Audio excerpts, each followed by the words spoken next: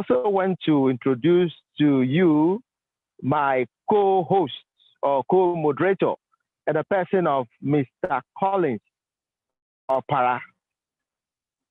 Mr. Collins Opara, identify yourself as my co-host, my co-moderator. Yeah, I'm here. Can you hear me? Yes, we can hear you loud and clear. Good.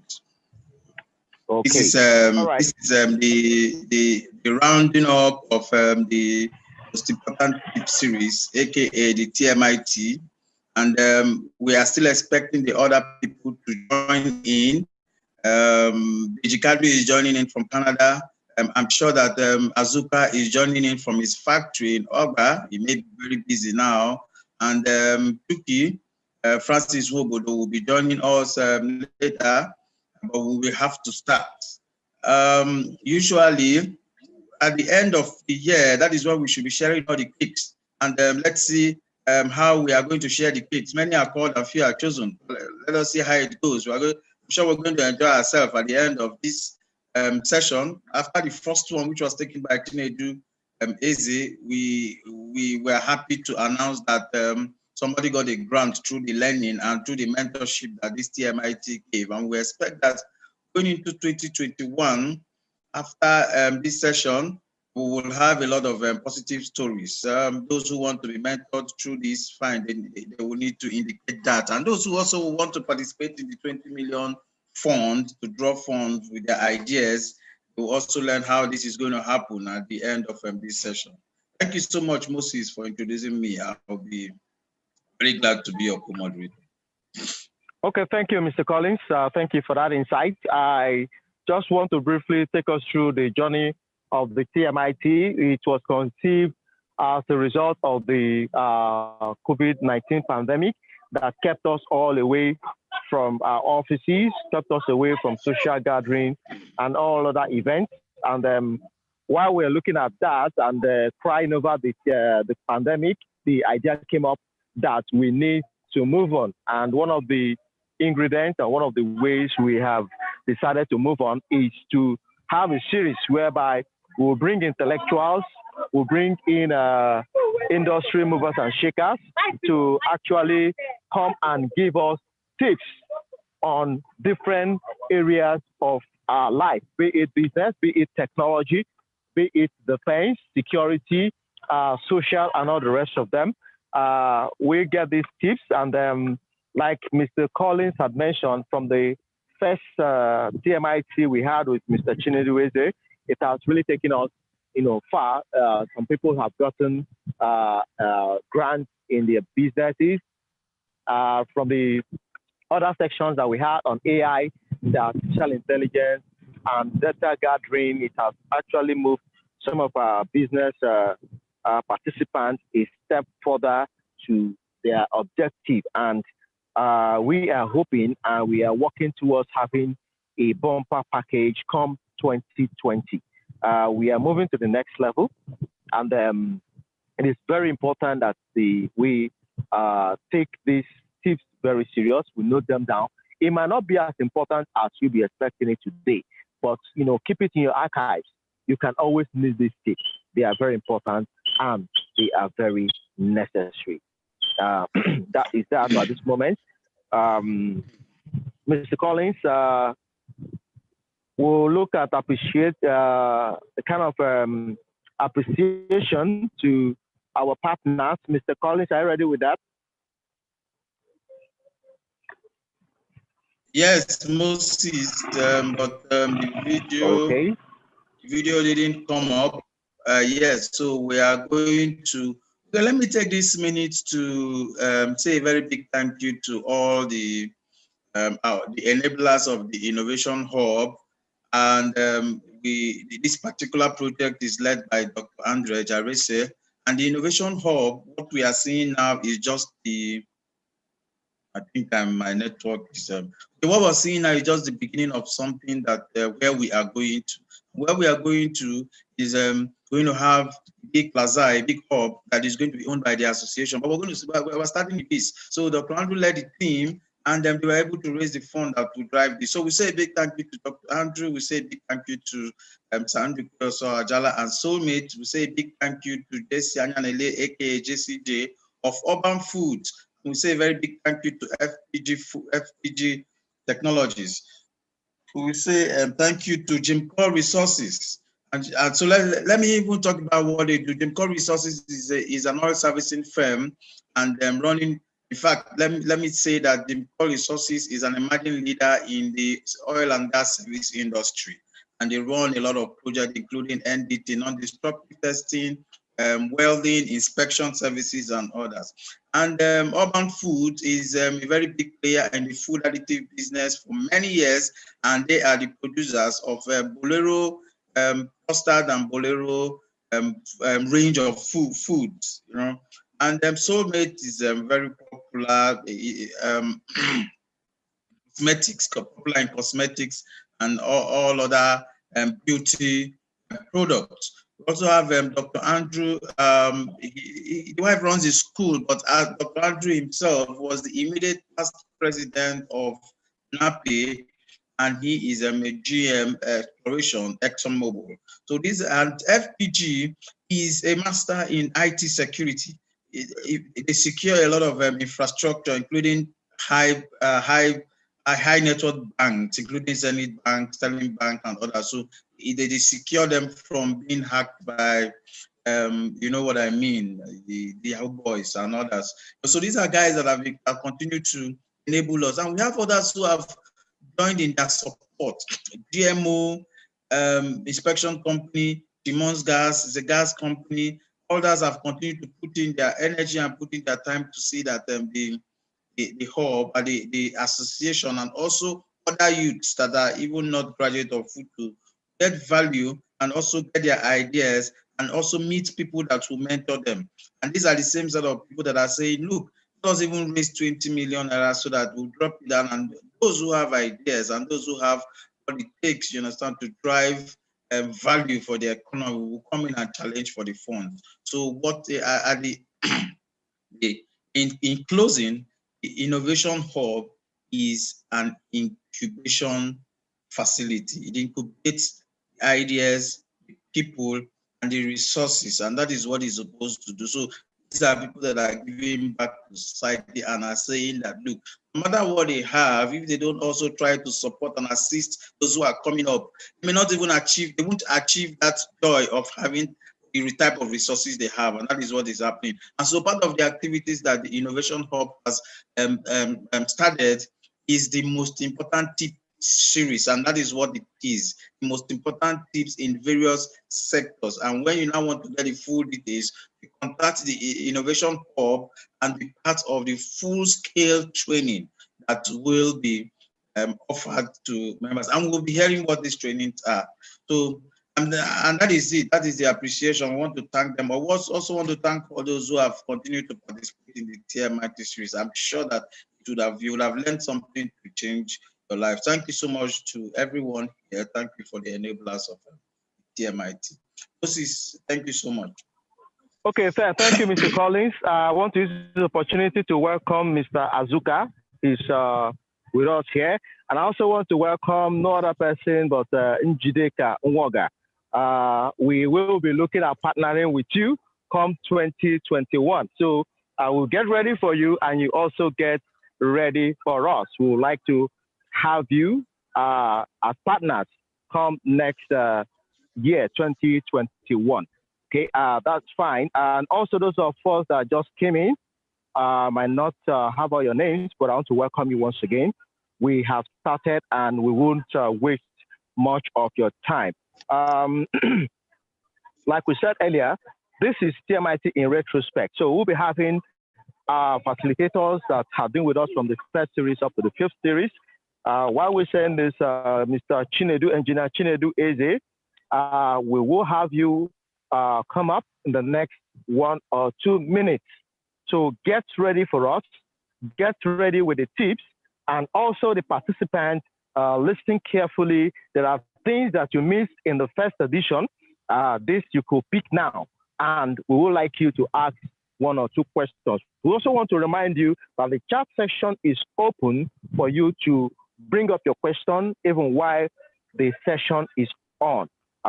It will be a very good avenue for us, for you to chat us up on the chat session so that we can deal with your questions beforehand so that we'll be able to manage our time. Thank you very much. IT, if you're ready, IT, if you're ready for us, that'll be fine. Else, Engineer Chinedu Eze, if you're ready. If you're ready in the next 1 or 2 minutes. Is there anything you want to chip in, Mr. Collins, before Mr. Chinedu Eze comes up?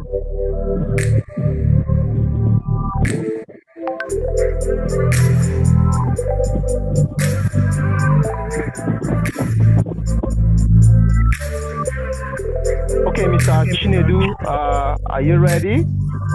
You have the mic in the next few seconds, and we'll leave the table for you in the next 10 minutes for you to give us a roundup of all the tips that you talked about with the topic, the profit-making opportunity in the food sector that works. The profit-making opportunity in the food sector that actually works. There are a lot of opportunities, there are a lot of profit-making opportunities in the food sector, even especially that we are in the Christmas and the New Year period. But it's not all that works. So we'll listen to Mr. Chinedu while he takes us through those opportunities that actually works. Mr. Chinedu, you can have the mic. Thank you. Chinedu, I hope you know that Nigeria is very hungry now. Yes. So you need to tell us how we are going to get out of this food scarcity very, very fast. Okay, great. If it is agro or if it is food processing, Mr. Chinedu is going to tell us. And also, Mr. Chinedu, we would like also to know where some of our members would like to invest in, even if they have to start from small. Even if they cannot get a poultry, and if they have 50,000, we want to go and sell eggs. Let us know where we are going to start from, because we don't know how 2021 is going to be. So people are looking for ways to get out of the problems that 2021 is going to cause all of us. And now you know that Nigeria is so broke that we may not even be able to buy vaccines. So how are we going to buy food if we can't even survive?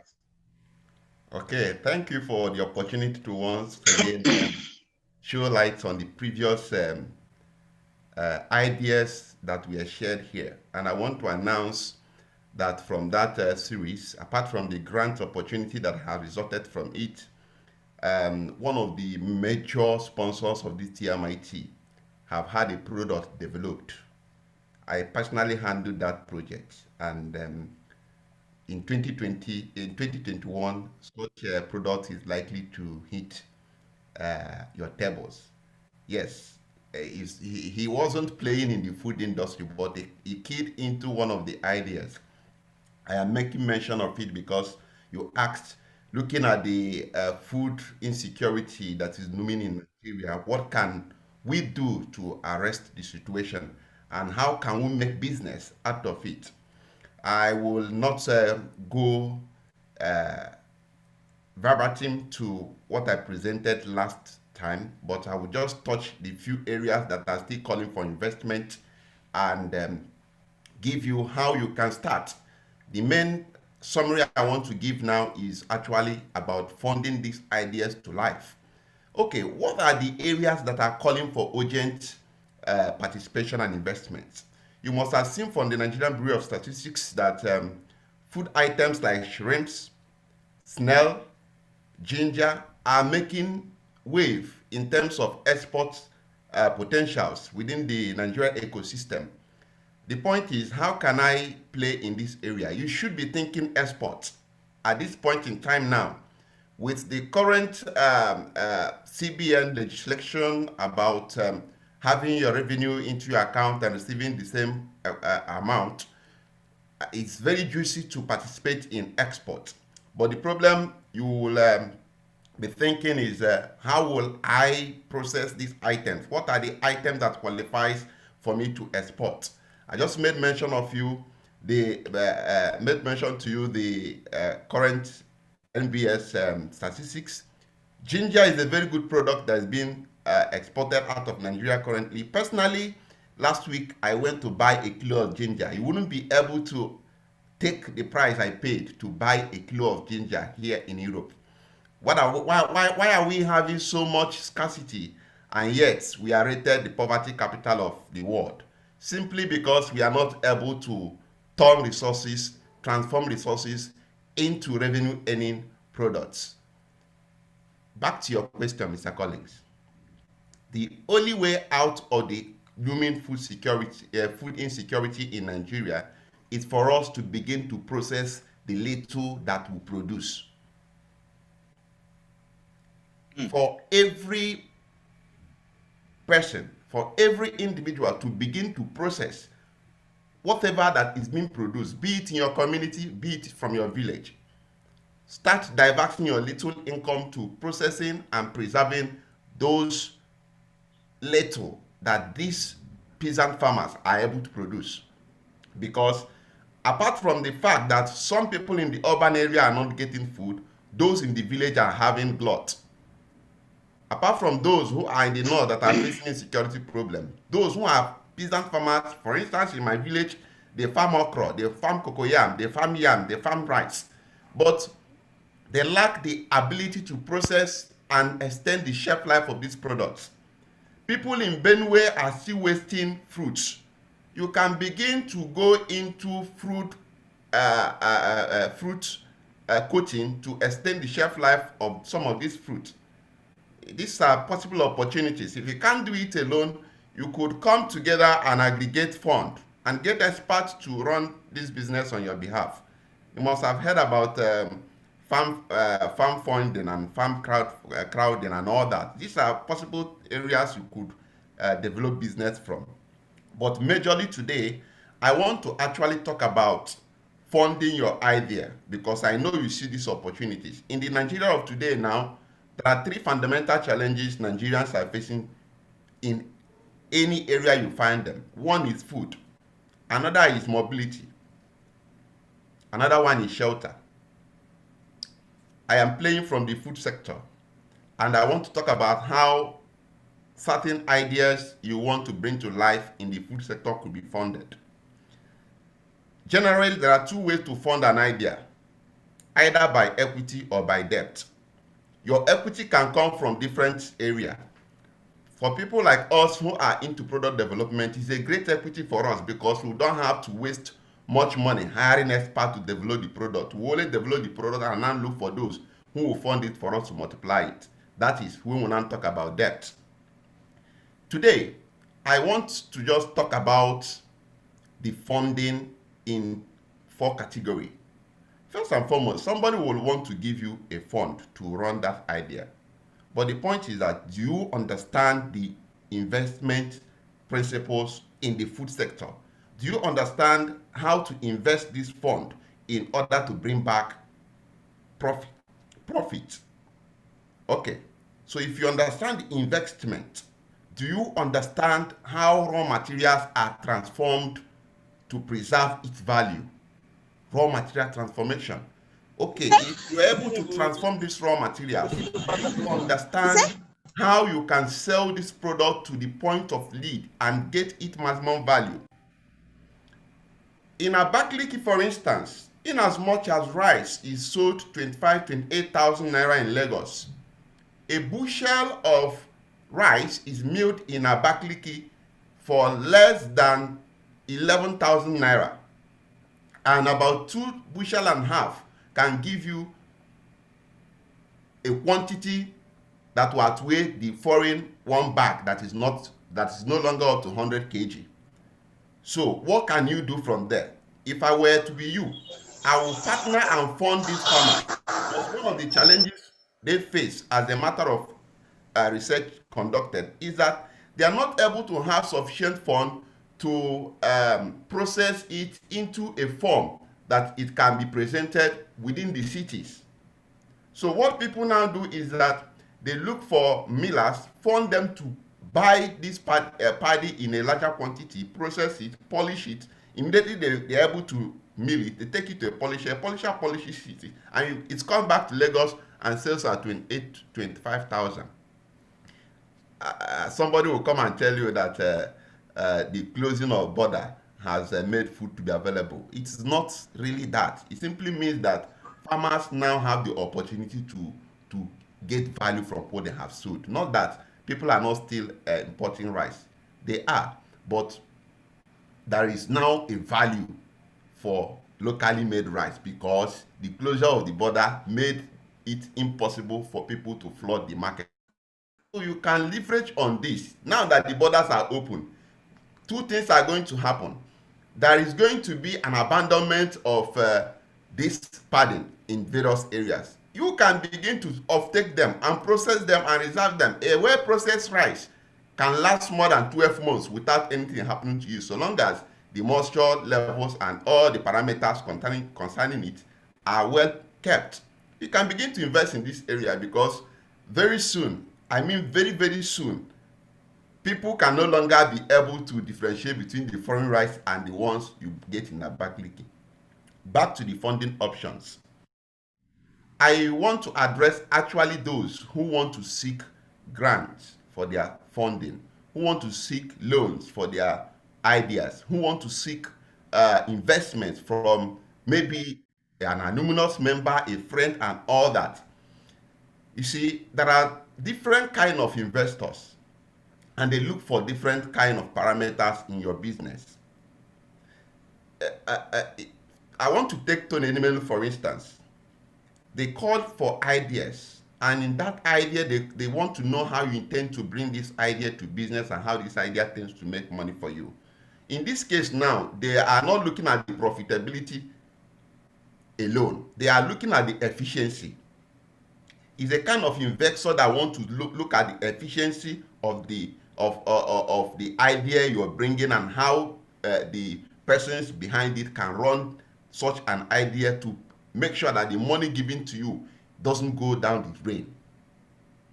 And so, if you are thinking of taking up any of those ideas like the cashew processing, the cassava processing, the waste management, the soya processing, the cake manufacturing, the bread production, there are few things you should know about to attract investment. One of it is all about what is known as the inventory and cost of sales ratio. Yes, you must be able to know what is the stock turnover period for your inventories. If you're not able to know the stock turnover period of your inventory, you will not be able to know when you will make cash. And an investor wants to understand that you know how this works. So that when you are talking about break-even period, you know that then understand that you know exactly what has to be done to break even. Another aspect they look into is actually the average settlement period for debtors, the average settlement period for creditors. These are the critical elements they consider to know if your operations will be efficient or not. And if any investor wants to invest in your dream, in your idea, he wants to see that there are parameters that will see the functionality of this whole thing. Now ask me, how does a kunu maker know all these things? How will that person who is making coconut drink bring all these things to life so that he can attract people to give him money, to give her money, to fund her production, to fund her sales? It's not a rocket science. It's just a matter of you tagging along. That's why when the iHub create opportunities like this and people find it difficult to tune in, I just laugh because they don't know how much it costs to acquire those kind of experiences. So, Okay. if you are able to understand these elements, you can approach any investor. You can approach any investor, and when you are talking, he knows exactly when to expect something back Okay. from what you are doing. He knows exactly Okay. where to come in so that we can be able to bring your idea to birth. Now, All right. I want to talk about the general food business that goes on in Nigeria.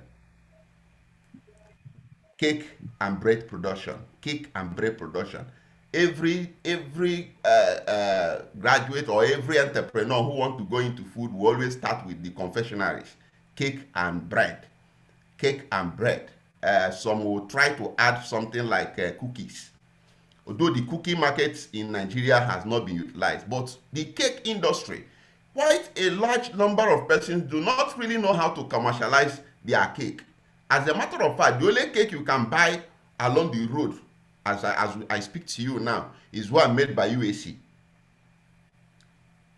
What are the challenges of entrepreneurs who want to go into confectionery production? First and foremost, understand how production is done. Secondly, understand how to own this product and how to return this product to people who have the money to fund it. If you can't understand these few elements, then it will be very, very difficult for you to scale up. Um, Last time I gave you an insight about cassava waste. You must have heard about the scarcity of grains for the production of feeds. That idea I gave you have expanded. That idea I gave last time have been expanded by the scarcity of grains within the feed making industry. But cassava remains available all year round. The output keep increasing. Today, if I were to be in Nigeria to start a new food business, I will look into feed production using cassava waste. Apart from the biogas availability of cassava waste, I will look into feed production using cassava waste. I will also look into snary.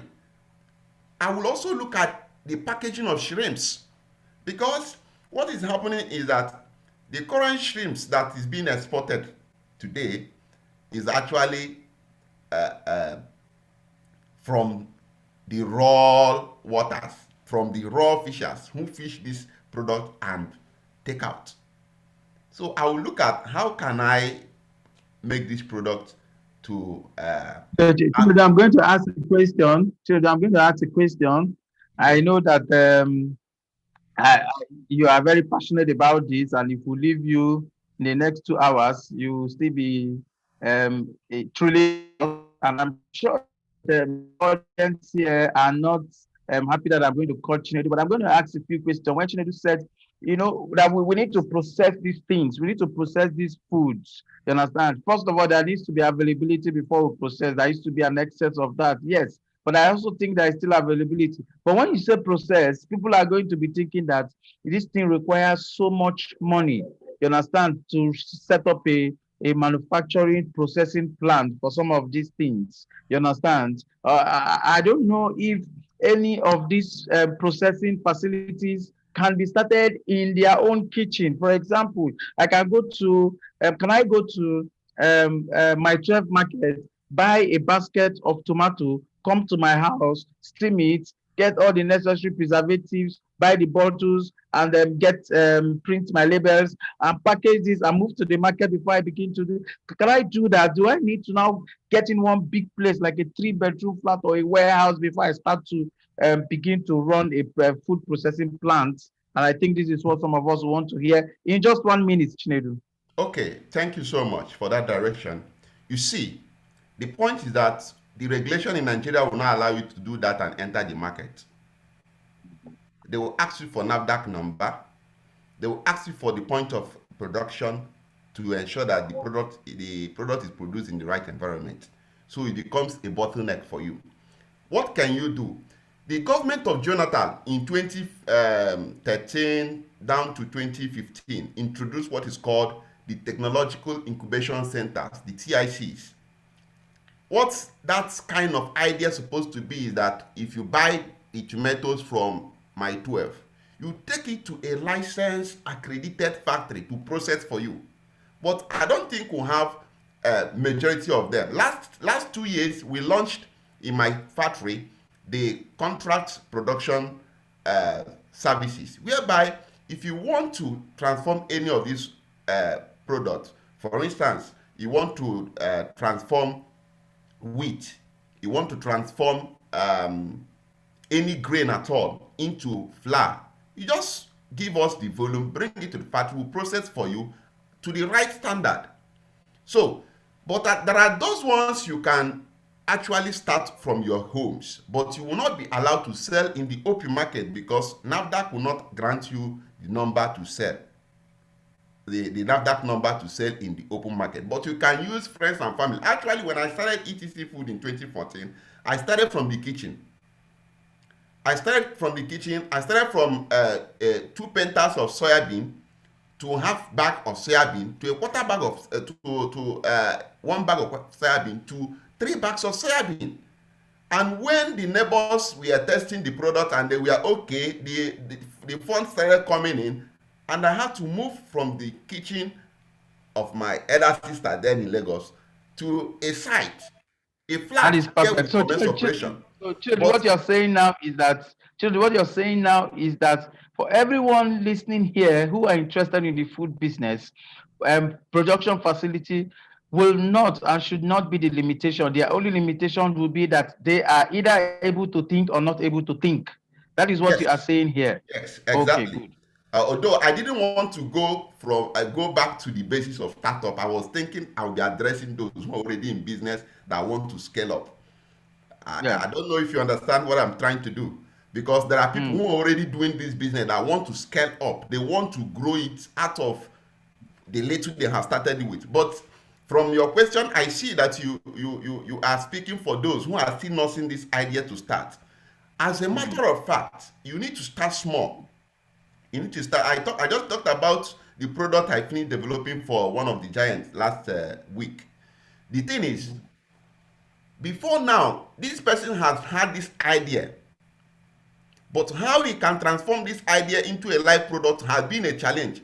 But as a result of the TMIT, he was able to come in contact with our program, and he decided to share the idea. I said it's feasible, and we went on. 5 months down the line, he has a product. You that want to start any product, you do not have all the resources you need. You might not really need to start from your kitchen. Perhaps it could be just a partnership. For instance, I know that Engineer Kamoga has a chemical processing plant that processes all kinds of air fresheners. If you have a product that you want to bet, all you just need to do is to go and collaborate with her so that she can process some certain unit for you.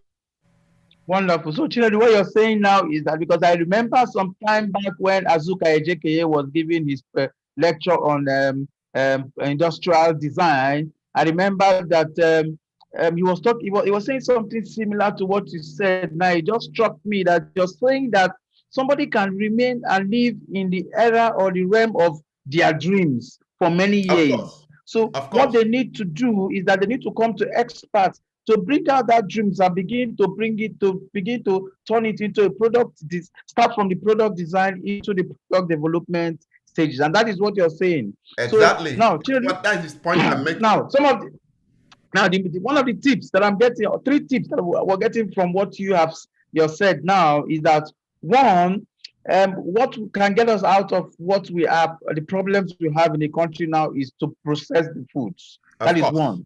Yes. The second tip is that you're saying that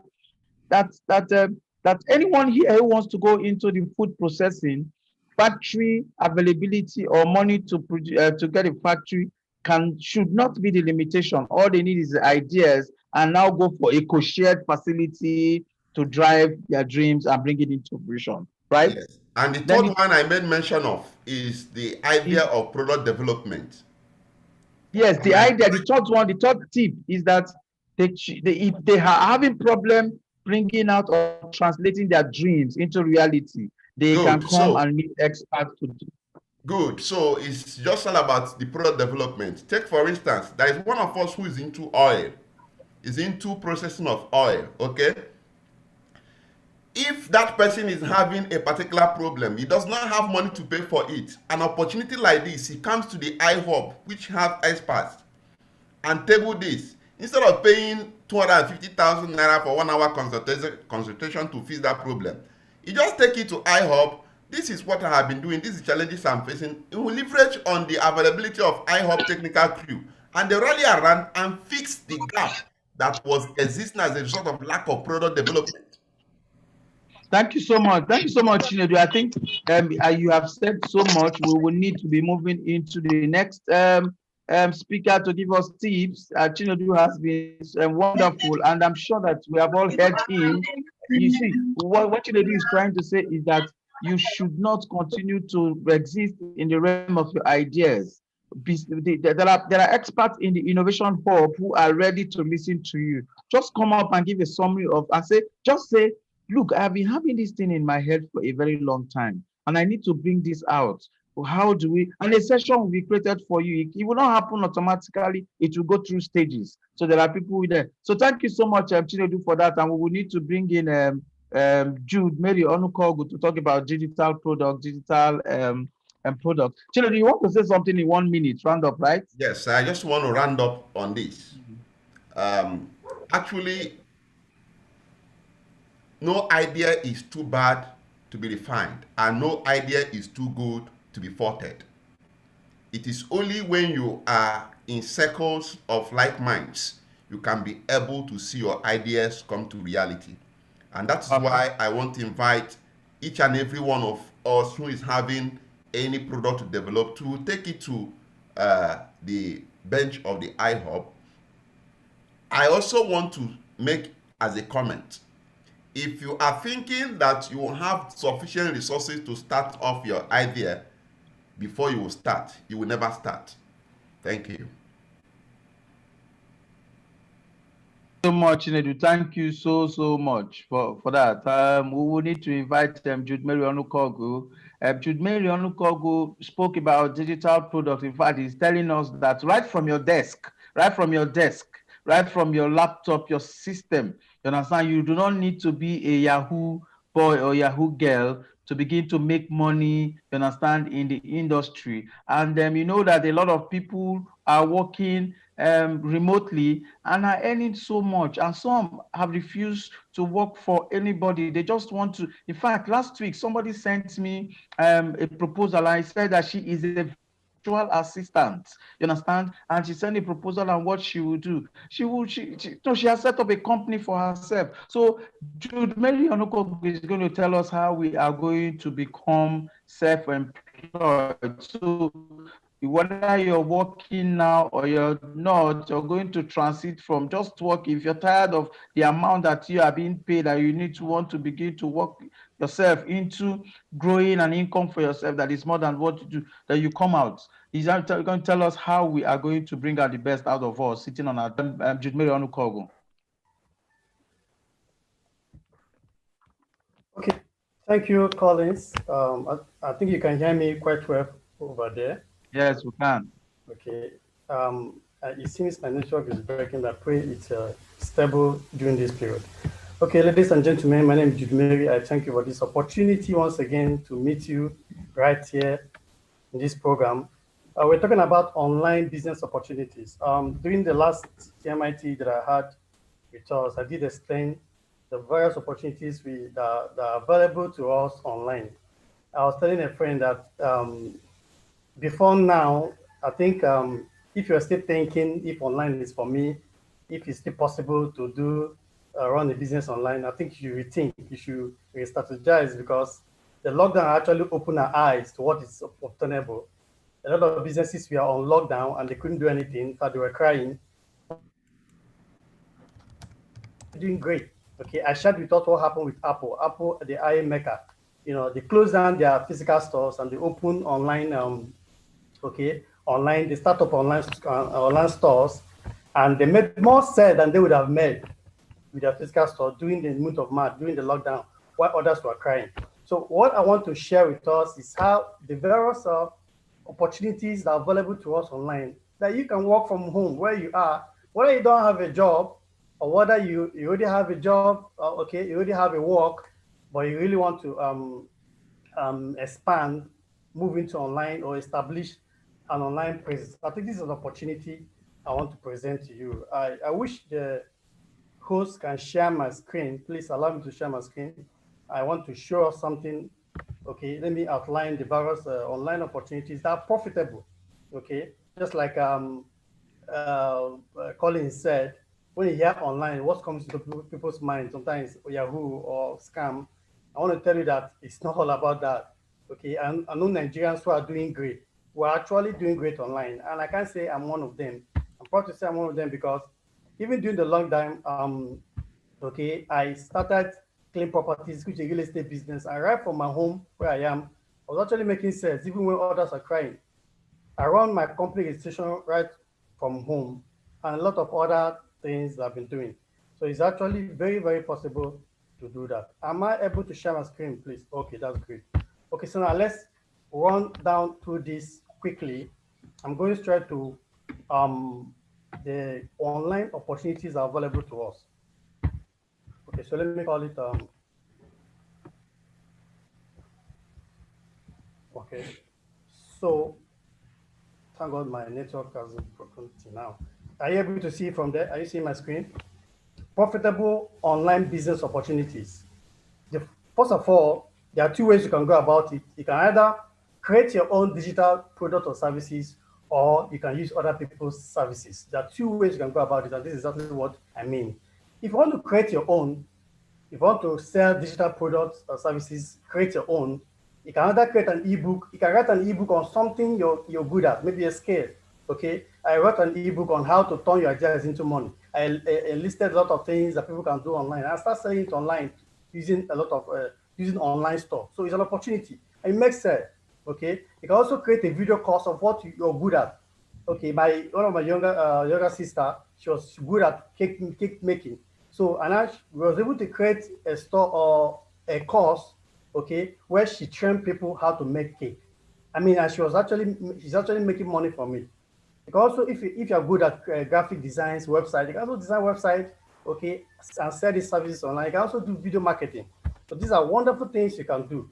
I want to venture into this one, which is much more easier, using other people's products. Okay, let's look at this. Instead of creating yours, there's an opportunity for you to also use sell other people's products. And one of them, I want to start with drop servicing.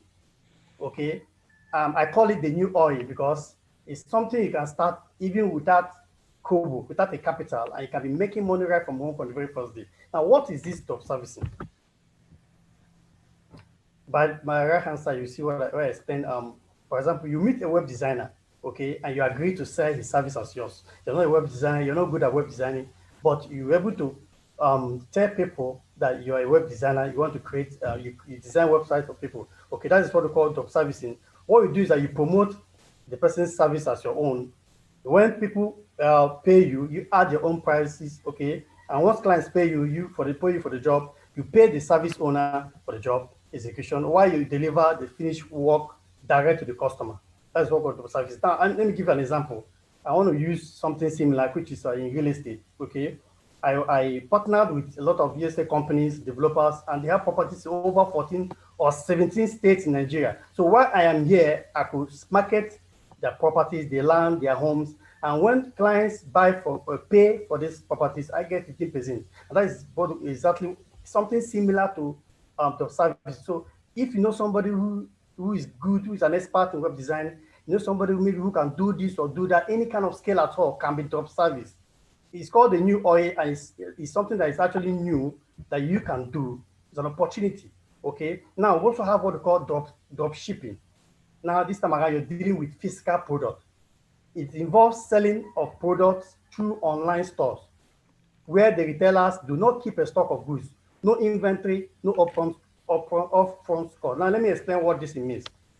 Let's say I have somebody who's selling lady bag. Okay, I could just create a store where I'm marketing. I just put pictures of this lady bag on my store.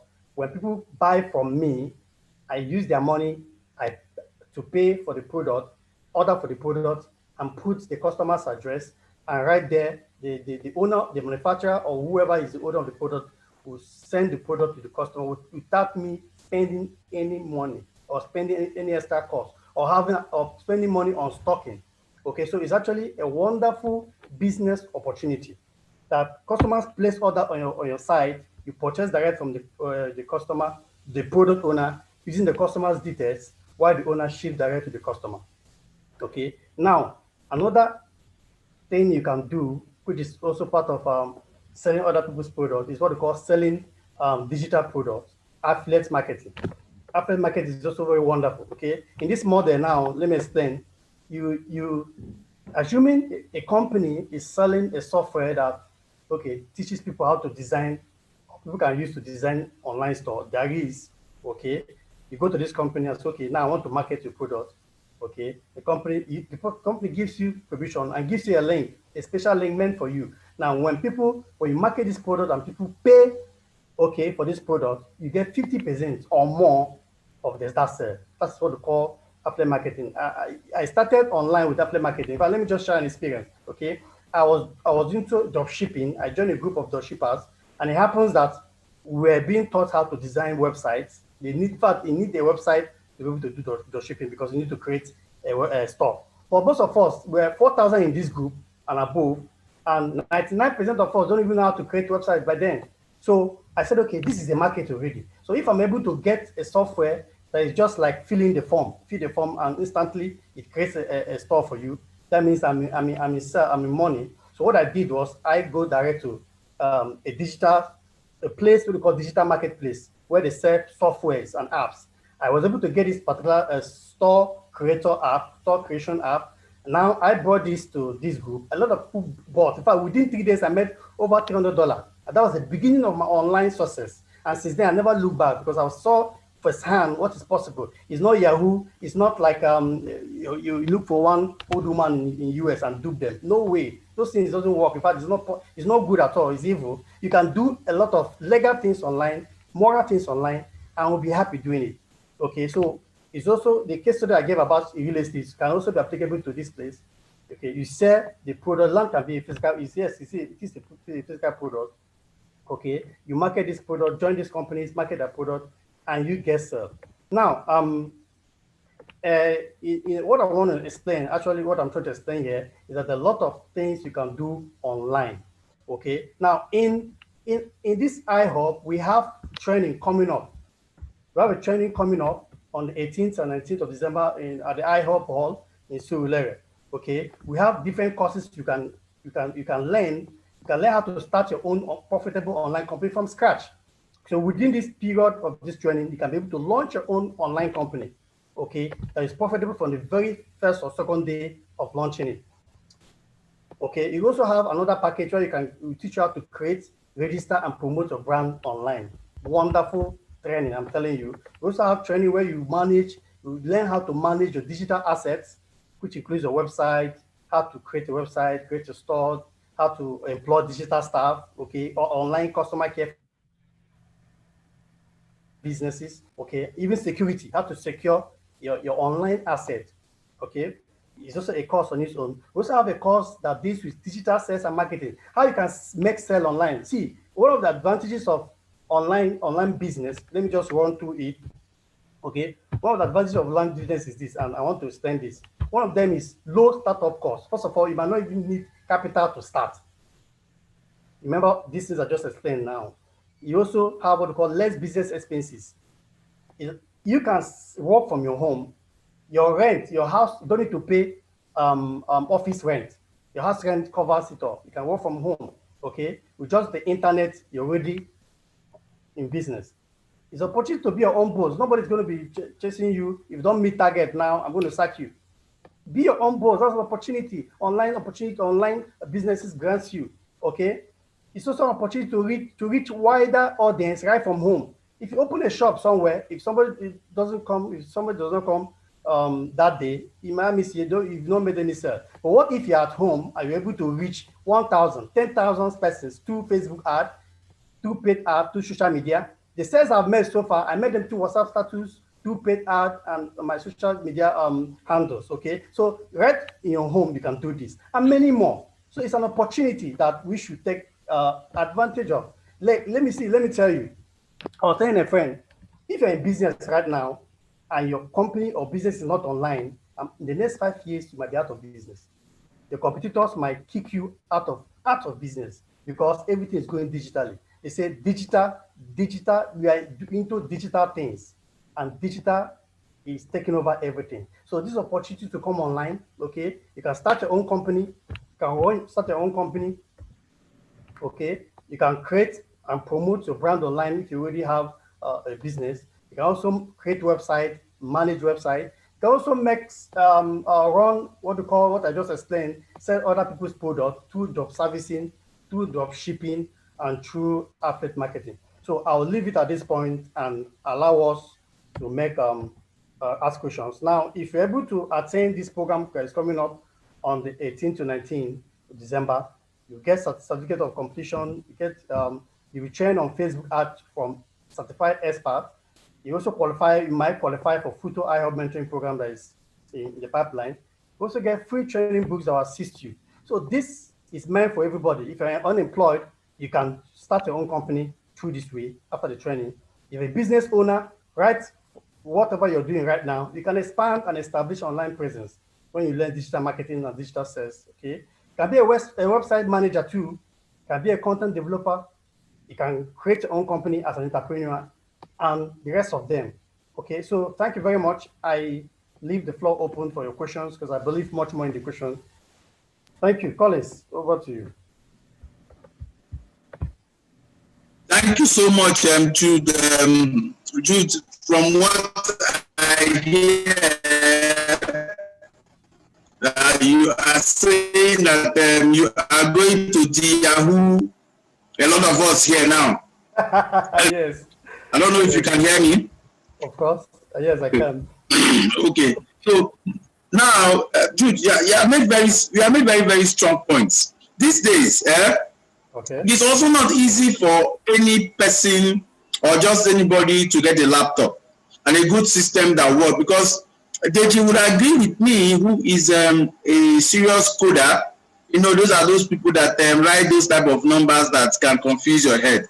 So just leave those numbers and just look at the front face, the color and the CSS that is there.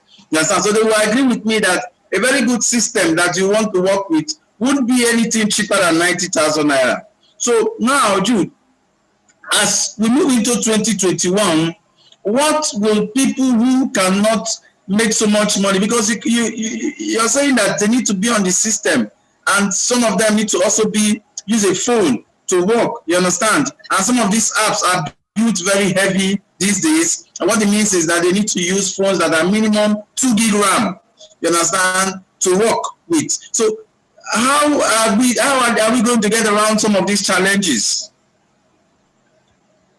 Okay, Collins, this is actually an interesting question. I was just nodding my head when you were asking, because those things you call challenges, well, I'm not seeing them as challenges. What I'm saying is this: if you have just a mobile phone, some of us are in WhatsApp, majority of us are in WhatsApp.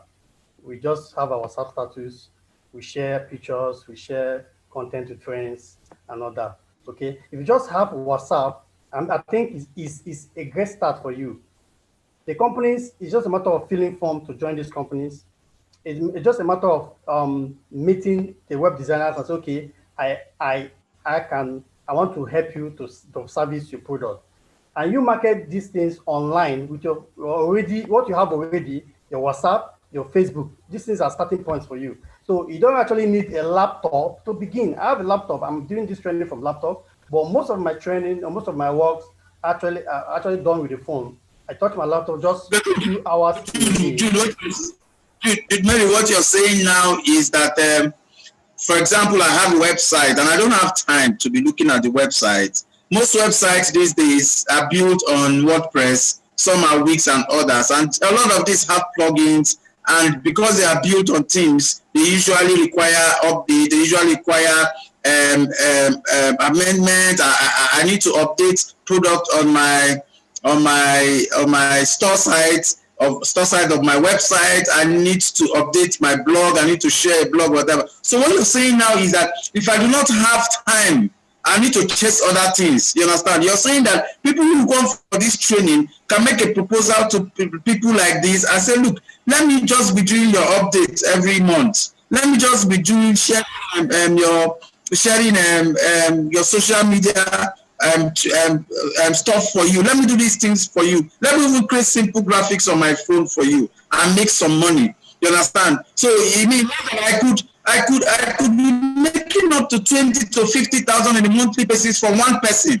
and drive that. Is that what this particular training is trying to tell us?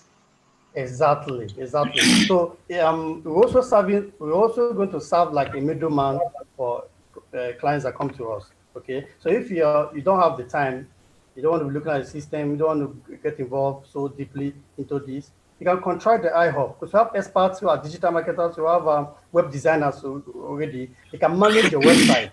They can manage your website, and you just pay them based on as pay as you go. So it's an opportunity that you can take up. I think that answers your question, Collins. Okay, so it is also possible that people who are listening to this now can ring you up and say, look, I need to take a space, and can I get or rent a system in the hall IHOP to run this small thing I need to do for like an hour or two for any of my clients that I need to update for? Is this something that is possible or workable? Yes, it is. I, as a person, Or is it also safe to go to a cafe to go and say you want to run some of all these things? yes. Well, they can come to the IHOP. I, as a person, the IHOP is my office. Okay. Most of the time, is my office when I need a serious work, and in terms of that needs a lot of data and all that, I can go to the IHOP and run it. When I have clients that want to meet me, okay, I also because of the kind of capacity the IHOP has when it comes to the studio quality and everything in that place, I book that appointment with the client right in the IHOP and close the deal. So I think it's something that is very, very possible for those who want to link up with us. That is wonderful. So shared service is coming in again.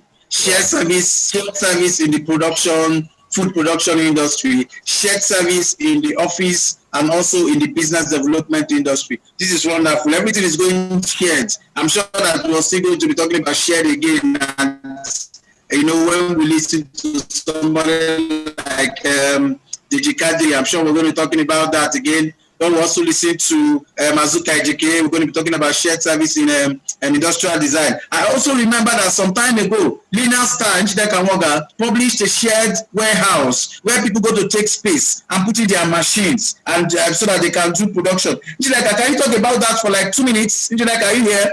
2 minutes. I remember you said something like that. 2 minutes. Njideka, are you there? Okay, that's fine. She's not here. So thank you so much. Yes. Yes, Njideka, I remember, this thing is coming up intermittently again, co-shared services, co-shared space, co-shared. You understand? And I remember you shared a warehouse that people can come and take space for production and for activities. I remember you did that some time ago. Hello, I'm here. Can you hear me? Yes. Yes, I did that.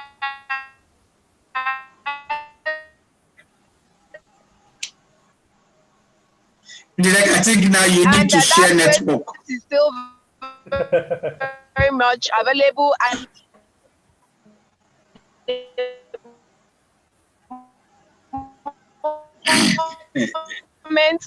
people even both contract. Chinedu mentioned about contract manufacturing. Yes.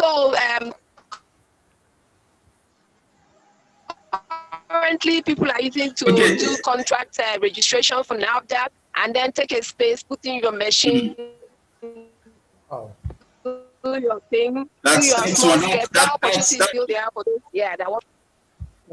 That is wonderful. That is wonderful. I just said I should say it so that people will understand the level that the Innovation Hub has gone in creating resources for people to succeed. There is no excuse for any person not to succeed anymore. That is why the hub is created for. Thank you so much, Njideka. We would. I don't know if any person has any questions. Nobody is raising hands, but maybe as we go on, we can ask any question along the way, and any of the speakers will come up to answer the question. Chinedu is raising his hand. Chinedu, go ahead. Yes, I am actually trying to validate what Njideka just said about contract manufacturing that is available in Isolo. Okay? The good thing is that I want to use this medium to tell each and every Futterite to begin to think about what to manufacture. Because if you are still waiting for an employment opportunity to come your way, you will still have to fall back to what you have to manufacture. Utilize opportunities like this. Take your idea to a center like the IHOP, like you just heard about what Jude said. Particularly, if I had a facility like the IHOP when I was starting, I wouldn't think about renting an office. If I know of the solar existence, I wouldn't think about going to lease the space I leased out for 10 years now that I'm using for manufacturing. I will just use already made place and save a lot of fund from going into that. So you start by taking your idea to have a standardized way of replicating what you are doing. Once you're done with this, you can now begin to key into contract manufacturing, begin to go key into marketing that is positioned without you having to do all that. You see people who are contracted to do your marketing. This is what we need at this very point in time to thrive in a shared economy that the global world is partaking in now. It's no longer the time where you have to do everything. It's a shared economy kind of a thing, whereby you use what you have to assess what you are looking for. You have an idea, take it to those who are idea builders to mold the idea. There are those who are into bringing this idea into product. You take it to them. By the end of the time, you put all the sources together, the idea still remains yours and the customer is satisfied. Thank you. Thank you so much, Chinedu. You can see what Chinedu is saying. What Chinedu is trying to say is that if he had these opportunities that he is listening to today, some of the expenses that he made, he would not be making them. 10 years leasing a space, man. Let me get that warehouse, I don't hammer. But meanwhile, you know, law of conservation of energy, the money is not lost. What he just does, he goes from one place to the other. That is what. So the matter is not lost. It just converts from one what do they call it? From one way to another way. That is what it is. You understand? So thank you so much, Chinedu and Jude Mary for this presentation. We will be inviting Asuka Ijekeye to speak to us. Asuka, are you there? Are you here?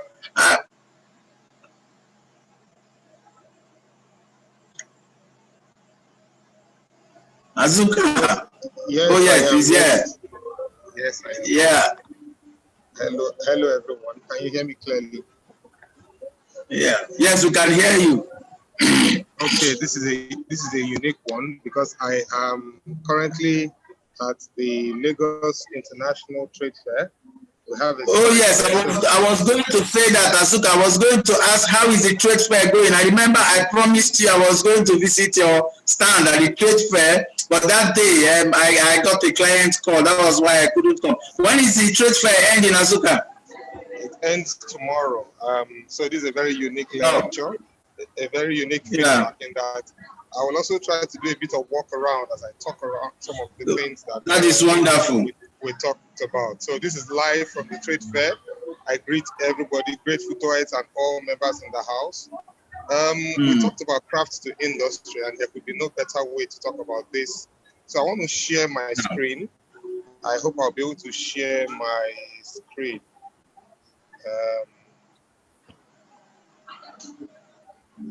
Yes, you can. The IT guys will give you access to share your screen. Right.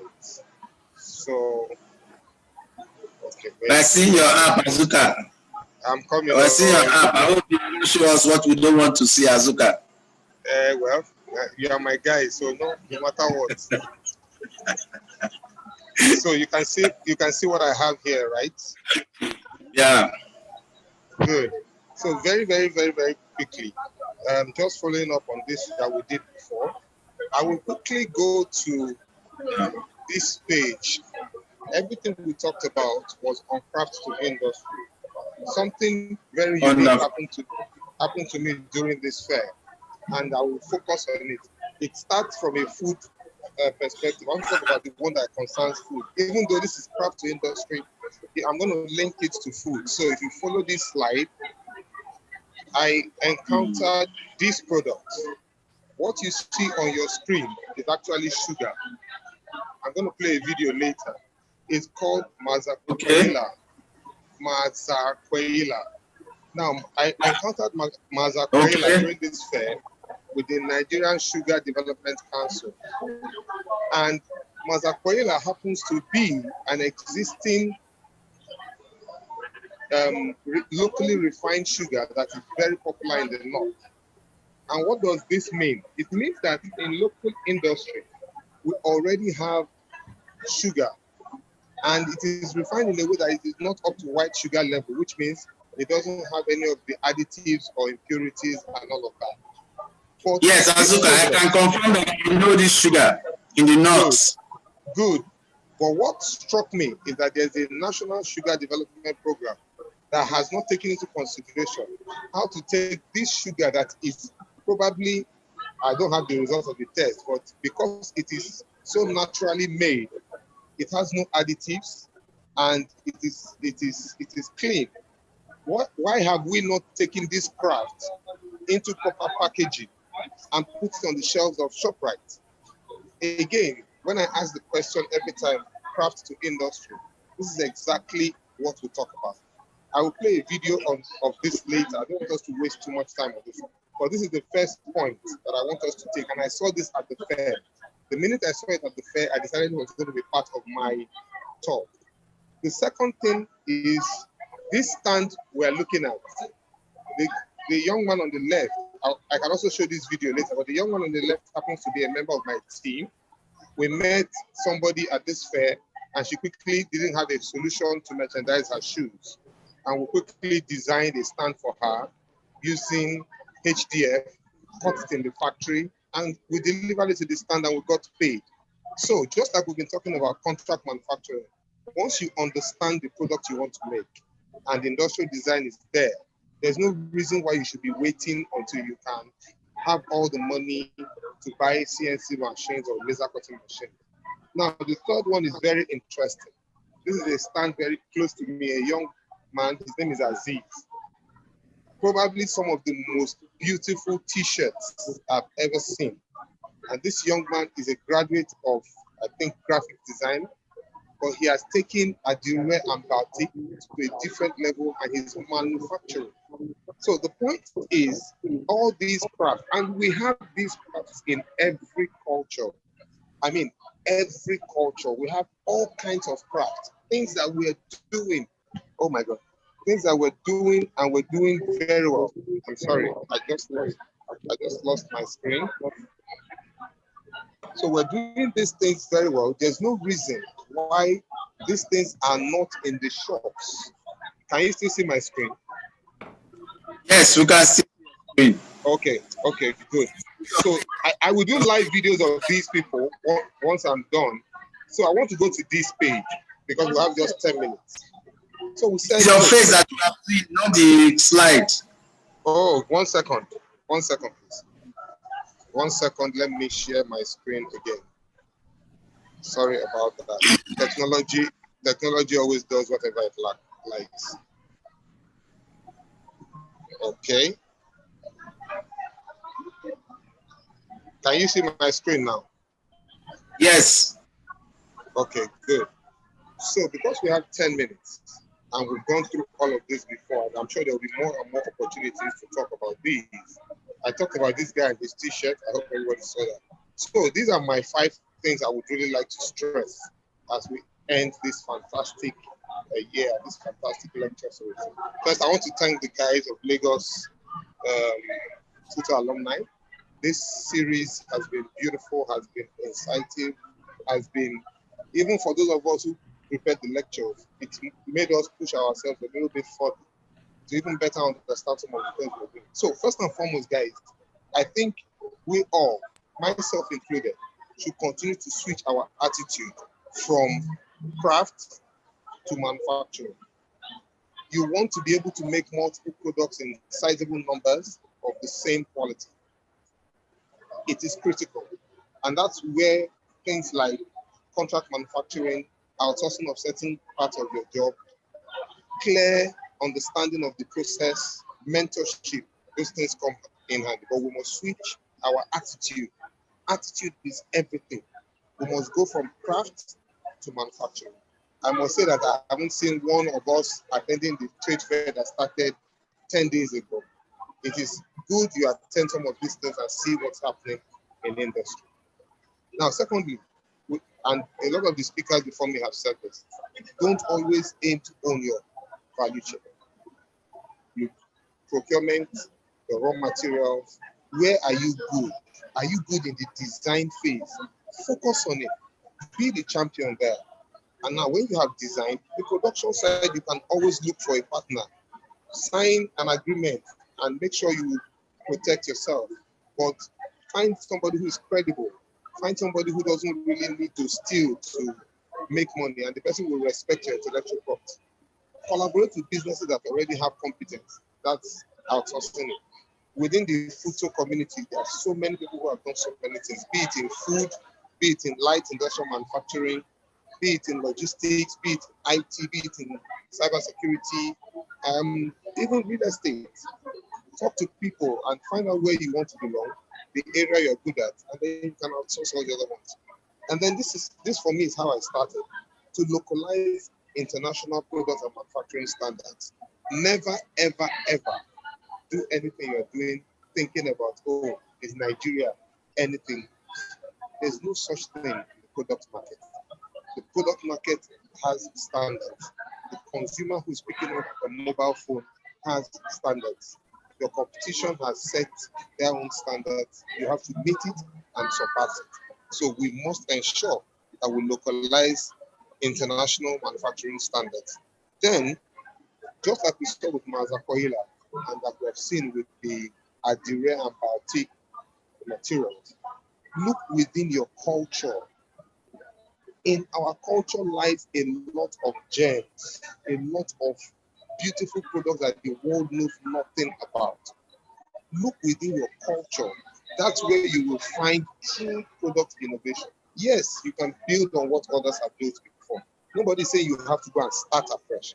But you might just find that in deep thinking and in opening your eyes more, we are all going to travel most likely to the east or wherever we come from.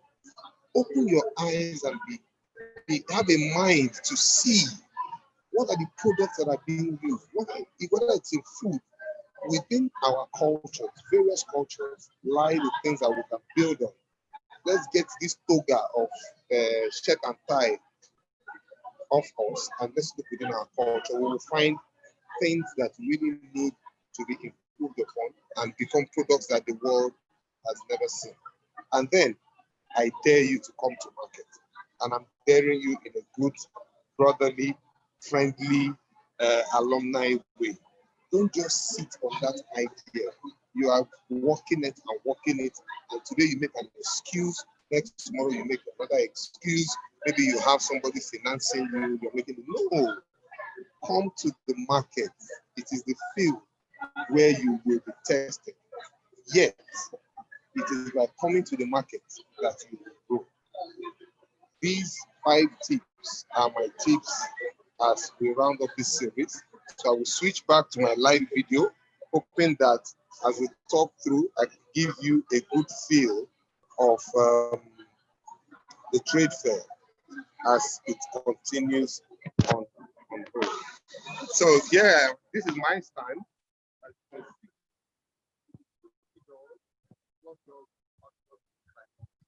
And then I will be walking to the stand where we have the materials.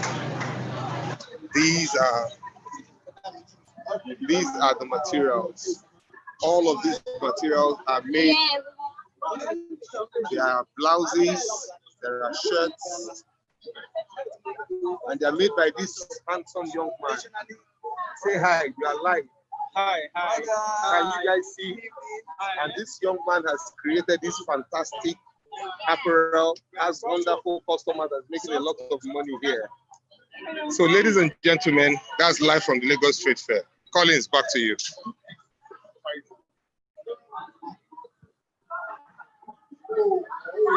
Hello.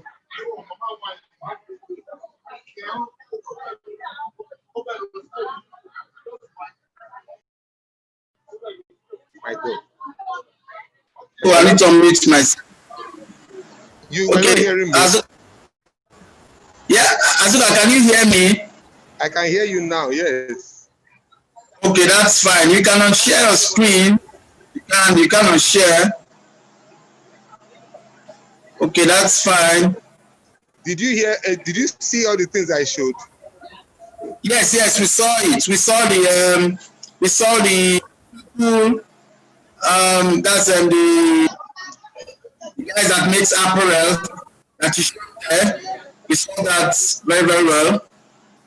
So thank you so much, Asuka, for that. Asuka, I'm going to take you up on something. Are you there? I can hear you. Good. Now, you said something about switching attitude from craft modes to manufacturing modes.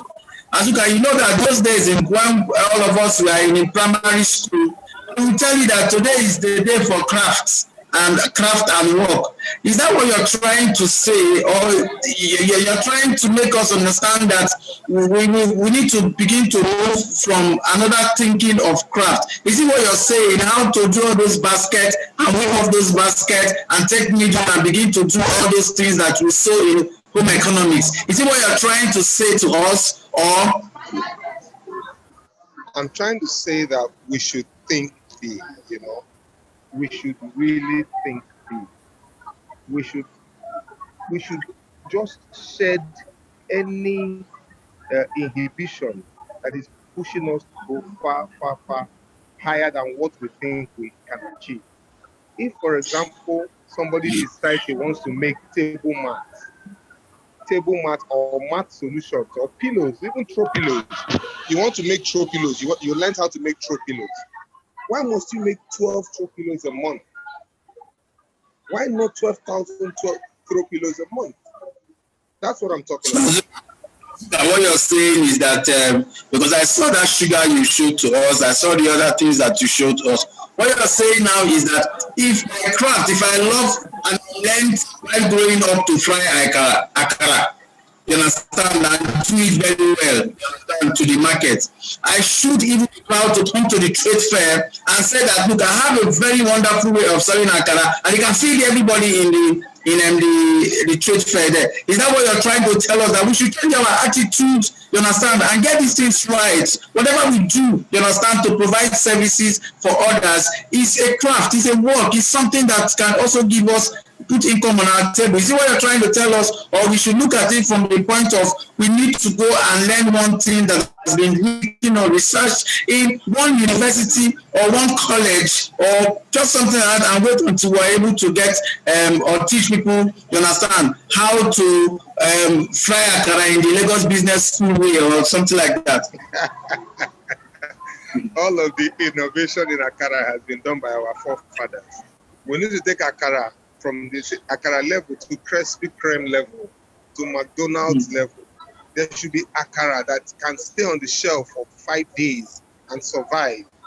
That there should be akara with packaging. There should be, for example, let me ask us a question. We all eat suya, but we made suya that way from the day we were born. Up till now, the knife that Aboki uses to do suya is still knife done by one local welder by the side of the road or blacksmith.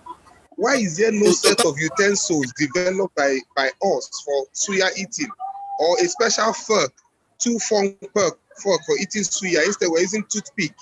What I'm saying is that we're not looking deep enough in our culture to enhance it further and raise it to industry level. That is wonderful. Talking of suya, Asuka, I'm sure you are aware that it took the Raw Materials Research Institute 30 years to optimize bleaching. What are you going to say about that? I was at their stand, please. If you like, I will go to their stand again. The guy will swear with his life that that's not the only thing his Oga said. But I told him that that's the message all of us got. Oh, of course. Jude Mary is raising his hand to ask him, please. Jude Mary, go ahead. Yes, colleagues. I think what he's also trying to add, or what I want to add according to what he's saying, is that when we talk about craft, we're also talking about maybe one or two products. Okay, he's also talking about taking it to manufacturing. Manufacturing has to do with multiple products in greater quantity. I think exactly that is also part of what he's saying. So if you're just making one lady bag, you can make 1,000, 2,000. and you don't have the capacity to make it, you can outsource or collaborate with other businesses. I think that's also another line that he's trying to make. Very correct. Okay, that's fine. Just to add there, Collins, about the bag issue. For example, somebody who is making bags out of leather. I have a laser cutting studio. With laser cutting, once we digitize the patterns, we can cut 2,000 bags in 3 days, and they will all be the same. And all the person needs to do is probably, if it's hand stitched, they do their stitching. That will remove cutting from the work that they have to do. So again, it's about think about it and how do you multiply, yet keeping manufacturing standards. Wow. That's interesting. I'm going to ask one more question. I saw somebody in our midst, Tmit Akejiu. She actually we went to same secondary school in Mina, and I'm sure she would have seen that sugar. But Emira is an expert in food. She's always harassing us, you understand, with the kind of food that she makes, whatever. I'm sure she's going to make a statement about moving from craft to industry. But before that, let me ask a question, Azuka. You talked about culture, and we know that culture is a way of life. Now, what do you mean by true product and innovation lies herein? I mean culture. You know what I mean? You understand? Because a lot of people really have a flawed understanding of culture and tradition in itself. You understand? And of course, I'm interested in the reasons why you bracketed way of life, which is actually the meaning of culture. But how does it relate to that lying in there lies the product? Okay. Now, in product design, right, there are two things I'm going to say. Please listen carefully. The first is that a product says a lot about the person holding it. A product says a lot about the person, the personality of the person holding it. That's why people want to hold an Apple and an iPhone. That's why people want to drive a Range Rover. That's why some people will drive a muscle car. That's why some people will not drive Okada and will drive a BMW bike. That's why some people will not use a big biro, but will use what's the other one called? A Parker pen. A product says something, it says a lot about the person holding it. Even the key holder of somebody's car immediately, psychologically, on the emotional level, differentiates one person from the other. That's the first point. The second point, which is probably even deeper, is that every product says a lot about the culture of the people that make it. Every product. Look at the mortar that we use to pounded yam. That mortar says a lot about the culture of the people who make it. And that culture really comes back to the industry of the people who make that product. So invariably, Azuka, hold on, invariably what I'm saying is that one of the things that product developers, you understand, should always consider when they want to make a product. Of course, it has to be the buyer, but the buyer, you understand, has a culture. The buyer has a mindset. The buyers have a way of life. So what you're now saying is that the culture of the people who are considered to be the users must be taken into consideration. Is that what you're trying to say? It's a key factor of product design. Every successful product has had that input from the product designer. That's why product design is not something you just pick up on the street. You have to be mentored. You have to learn it. Product design has to be learned. That emotional part of the product must be there. Good. I like that emotional part. But before I go on, Deji has been raising his hand. Deji, please go ahead, speak. Okay, I just wanted to speak to what Azuka, you and Judmere have been saying. You know, the IOB exists to bring people together. And I just want to mention about what we call industry clusters. If the IOB can be instrumental in that, what are industry clusters? When similarly or related industries come together. I was watching a documentary recently in California It was this guy. He was making money by building autonomous driving vehicles that can spray crops. You get. But when you enter these California orchards, they stretch for kilometers. An orange farm will stretch for kilometers. How do you spray it? They say you must spray it several times a year. They lack labor because it's very tiring. If it's 1 kilometer long, you have to go through like 30 roads. That's 30 kilometers. Which human being wants to do that, you know? So he's building these autonomous things, doing those things. But when you look at the area he lives, it's also the area that produces 25% of food for the United States. You get? So, like, I hope we start looking at ways to bring related industries together. But when you are together, then I can just look at Azuka, can you design this for me? Oh, can you manufacture this for me? Everybody will be together, depending. It could be digital, it could be anything. But the concept of clusters. My last example before I log off from my comment. Aba produces a lot of leather products, the largest in West Africa. It's sold all over West Africa. Yet, most of the leather comes from like Kano State. They are so far apart. Their governments have not come together to create clusters whereby leather can be produced and reach Aba immediately. Leather is the raw material, but Aba is not close to Kaduna. Kano is not close to Aba. They're probably even political enemies, you get. But there should be some sort of cluster or collaboration where these things come easily. So the leather is prepared there, but we are not even doing that, you understand? So basically, that's what I wanted to talk about. Wonderful. In fact, this is also a message to the operators of the hub. What Deji is saying is that taking from the lectures from by Asuka and also some of the things he has talked about, the culture of customers or users or people doing product design. What he is saying is that there is an opportunity for the Innovation Hub to create tribes. You can call it industry, you can call it clusters, you can call it tribes, you can call it the code tribe, the coders tribes, manufacturers tribes, the business development tribes.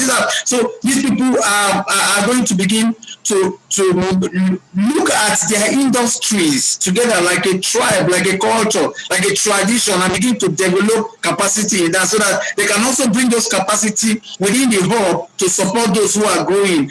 And I think it's a wonderful idea. I think that is the way a lot of communities and a lot of industries and a lot of countries have grown and have developed capacity. Because you begin to see people, somebody will just say something out of nowhere, and we know that there is sense in nonsense. Just remove the norm. What is remaining is the sense. And by the time you gather a lot of people who are thinking the same way, you see a lot of things dropping onto it. Jude Mary is raising his hand. Jude Mary, go ahead. Yes, very briefly. Just like Deji said, I think it's something that is worthwhile of mention. We can have something like a digital hub, just like we have the iHub. iHub can have something of that nature. We can have a website where we can have each industry, okay? We can have a cluster online. If you need anything from this industry, just come online, seek whatever you need from any of those industries that are listed there. I think it's something that is good to have. It might not be possible to have a physical cluster, but it's possible to have a digital cluster which the iHub can manage. I think that's what I want to check. Oh yes, that is wonderful. I think that also speaks to one of the things that Chinedu said when he made his presentation, that just having an idea and having a dream, you understand, some people may be unable to move that dream from just the dream into an activity or into a design or into a product. So what he said was that there is an opportunity for people to knock on the doors of the hub, and this type of presentation or this type of meeting can happen online. You present and people begin to look at it and look at all the tips of the ideas and bring it out into something like the way the TMIT one did for somebody who participated, and after about 5 months, after a few months, the guy was able to be groomed and he got a grant that he has been chasing, and that's called the TMIT, and we believe that a lot of you are going to get into that. And I also believe that the administrators of the iHub are taking notes of some of these things, because these are feedback important, and that is why this explosive TMIT in retrospect is coming up and making the whole thing extremely interesting for all of us. Azuka, before we leave you, I'm going to take one of the things again that you said. You understand? So, Azuka, you said come to market, which is one of your tips. Come to market is a real test field where your best will be tested, yet therein lies the growth. Now, Azuka, what I think you are saying here is that you're saying no matter how what you have developed for the product, just take out something and just just move. And when you get the feedback, you begin to take feedback and begin to move. Azuka, is that what you're saying, or do you have a better or modified way of expressing that thought to us? Let me say that I encourage us to come to market, but we don't come to market shabbily. Again, we've talked of the role of mentorship. People must go and mentor, learn how it is done, ask questions. But once you have gotten to a place where you look at the competing products and you can see that you can see some value already, at that level, test the market. You might even test it with friends and family. You might test it with colleagues. You might test it with the alumni. You might just come to market. Begin, because in product development, there's no perfect product. Let us all remember that the iPod came from the Sony Walkman. When Sony Walkman came out, it seemed like it changed the whole world. But look, the iPod came after that. It's just an improvement on the Sony Walkman. The iMac was not the first desktop, but when the iMac came out, oh my God. So it doesn't mean that the first cut of that product will be the very best. No. Today, we're doing Zuki doors, Zuki flush doors. We're brave enough to pay for a stand at the trade fair and come to, and put it up to scrutiny. Architects are coming here and giving us feedback and so many other stuff. Based on those things, we can take that, whether heat or accolade. Thankfully, it's been more of accolades and quite fantastic contacts. I think we've had a really great show. But you must be brave, come to market.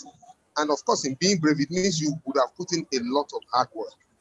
Don't just sit and make excuses and procrastinate. You need to come out to where your peers are, and your peers are in the market. If you have an app you are developing, and the app is supposed to manage inventory, or your app is supposed to tell me what time to wake up and what time to sleep, or is supposed to measure my heart rate, whatever it's supposed to do, be it copy or not copy, bring it to market, and then you will see that improvements will come in from there. Be brave. Don't just sit and complain. Come to the market, and like Azuka always asks, grateful tithe, what are you building? Build it and come to market. Wonderful. I'm sure. The app industry, the software industry will call it better. You understand? The better stage, BETA. So when they develop that, they can put it better in the app stores, and people begin to study the feedback and begin to make upgrades, version 1, version 1.0, and version this program. So what Azuka is saying is that let us even come out to the better stage. Let's not even be afraid. Come out. Don't be afraid. You may fail. Stand up again. Take the feedback and keep moving. You will understand what the market is saying. You understand the culture of the users. You understand what changes you need to make from them. Finally, Azuka, you said something. You said, don't always aim to own the entire value chain. Collaborate with businesses that already have competency. That is to outsource. I'm going to ask this question for the sake of a lot of people that are here, who a lot of people start their business and they want to do everything. And here, while Chinedu spoke and while Tmit spoke, they all talked about shared services, and Mujidek kicked in something as well about shared services, and that's also part of the things that we have been talking about. So now, can you relate that? Is it part of what you're saying? There is this thing about Brilla. Brilla FM, we say, Brilla FM, jack of all and master of one. You understand? So how are you going to relate all of this?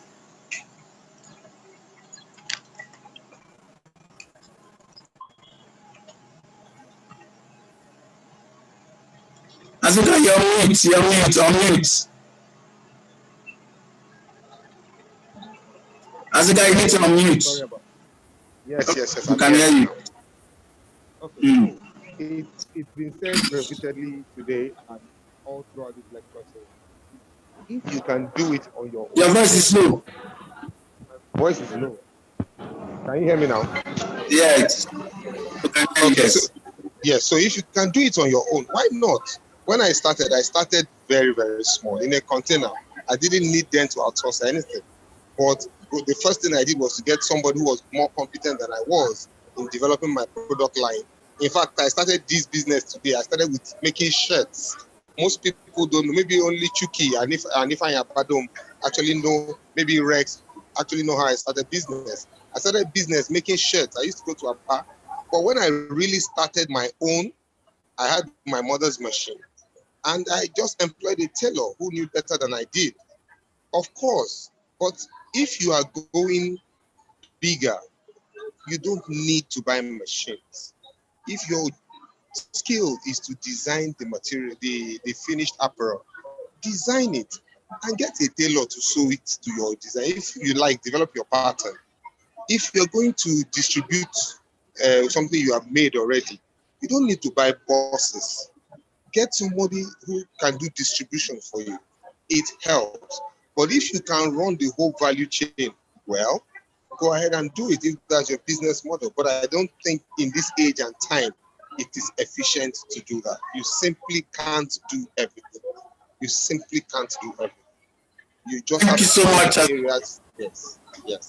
Yeah, thank you so much, Azuka. This is wonderful. I want to thank you so much for this. And let me summarize some of the things that Azuka has said, the tips that he has said in just very few minutes that he presented to us, and also took us around live the trade fair. Azuka is presently at the trade fair. His company Zuki is an inter-street presenting at the trade fair. Azuka, thank you so much for giving us that time. You said that we need to switch our attitude. I believe that is what you always say, that food to eat, or Nigerians, what are you building? And you said that we should always not aim to own the entire value, but you also modify that if you can, as long as the scale is small, you can do that. But when the scale begins to grow, you continue to grow. Then you said that we should think local and act global, localize international product and manufacturing standards. Wonderful. That's wonderful. Then look within the culture. He's saying that the way of life of the users is important in designing the product because it is what they connect with, that is what they will buy. That's wonderful. And you say, come to market. I know that a lot of business schools will call it the go-to-market strategy. But as Azuka is saying, it is come to market, of course. So it is a real test field where you understand you get to get the push and the shove. You get to understand what is in the market. In fact, a lot of people call it street credibility. So that is what Azuka is telling us, and we thank you so much, Azuka, for this. So that we will now open or move on to Deji, who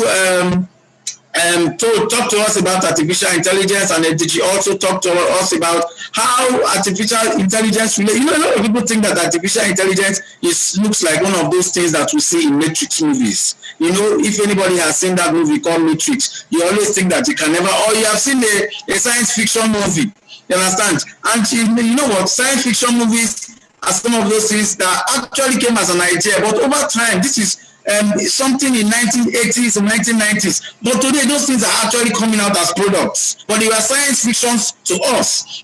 Also a lot of people would think that these things called artificial intelligence is something that we can't even get close to, but some of us in our various ways relate with artificial intelligence, and that was what Deji was able to tell us when he made that presentation. And Deji is going to give us in very few minutes what the tips or some of the things that we need to be going into 2021 with, and if there are ways that we can tap into the opportunity of artificial intelligence in all that we do to either start our own venture or grow whatever venture that we are presently doing. So let us welcome Deji Kadri to give us a very short 5 minutes tips. Thank you so much, Deji, for coming. Okay, thanks everybody. I will share my screen later, but let me talk first. Like everybody said, artificial intelligence is no longer that far away thing. Almost everybody is already interacting with artificial intelligence, whether they like it or not. it's on your phone, it has negative effects, it has positive effects. When you find yourself scrolling Facebook endlessly and spending your life on Facebook or on social media, it is artificial intelligence. You know, basically, what's artificial intelligence is the ability of machines to learn. And people just studied how humans learn, studied how the human brain works, and say, okay, can we replicate this? You know, and they found that they could replicate it to a large extent. You know, a human being is what you would call general intelligence, but what we have for now is artificial narrow intelligence, narrow AI, where we'll focus AI on one particular area and it will be a million times better than a human once it's a tiny narrow area. You understand? Nobody can beat all these chess artificial intelligences. Of course, those are the things that make the news, where an AI will beat the world's greatest Go player, the world's greatest chess player, and stuff like that. Fine. But really, it's working in everyday life. When you see all these great, giant, successful companies, AI is powering them. Things human beings cannot do, AI can do, or since human beings can do, AIs can do like 50, 100 million times better. Now, let me give an example instead of just talking. A human being starts from a small child. Let's say you have a baby. If you raise him among Yorubas, you grow up speaking Yoruba. Raise him among Russians, you grow up speaking Russian, you know. One funny thing I discovered that blind children don't learn to walk. They actually have to teach them to walk. Children that are born blind. Which shows something. It means human beings getting up to walk is because that baby is seeing everybody walking. That's why they are trying, which means it's not like a natural process where a baby just goes from crawling and starts walking. Blind baby, I was surprised when I found that out, that blind babies never get up from crawling. They just keep crawling. So it's not like a natural process where a baby crawls and starts climbing. No, it's because he's seeing and the brain is learning. You understand? Now, I'll give one example, which I gave the last time. British taxi drivers, before the arrival of Uber, the London black cab, there's an exam they must do after they've studied for like 3-4 years. There's an exam they must do. The exam is called the knowledge. That exam means you must answer all questions about every nook and corner on the British streets. And they found out that all those that have passed that exam, they have an area of their brain, maybe the amygdala or something, that is thicker and more developed, as if there's a golf ball sized object inside. And those that didn't pass the exam don't have it. Then those that have retired for many years, that area now reduces, which means our brain structure changes as we learn. Of course, the human brain is made up of roughly a neuron. I will share my screen so that you can just see visual stuff, so that then I can move quicker. Now, can you see my screen, right? Yes. Yeah, okay, cool. So this is the rough structure of a neuron. I'm not going to presentation mode so I can jump around quickly. This is the rough structure of a neuron. Now, this is a dumbed down version of a neuron represented as a mathematical structure. Of course, we went to photo. We know this is a scalar vector matrix tensor. Artificial intelligence is based on tensors, matrix of matrices. So basically, they try to reduce everything to mathematical structures, just like this is a structure in the brain. So if you can speak Russian, there'll be a section of your brain where the neurons are clustered together. Any major skill you learn, your brain will restructure to, let's say, store that skill. And I'm just using this rough representation. Fine. So if that is it, then maybe we can recreate it mathematically. Now, the difference is that what takes a human being 10 years, 5 years to learn, you can feed into an AI in a few hours. I'll give an example. When you are talking to, let's say, a policeman of many years, not the bribe collecting one, of many years of experience, he might be talking to somebody and tell you, look, among those 5 people, now that guy is still that thing. I ain't killed that man. I know. He can't tell you how he knows because he's been dealing with criminals for 20 years. He will just know. Why? Because there's an area in his brain that has correlated certain facts together. He might not know the facts is correlating together. When you look at FBI training, the FBI will tell you that when they are talking to you, they know you are lying.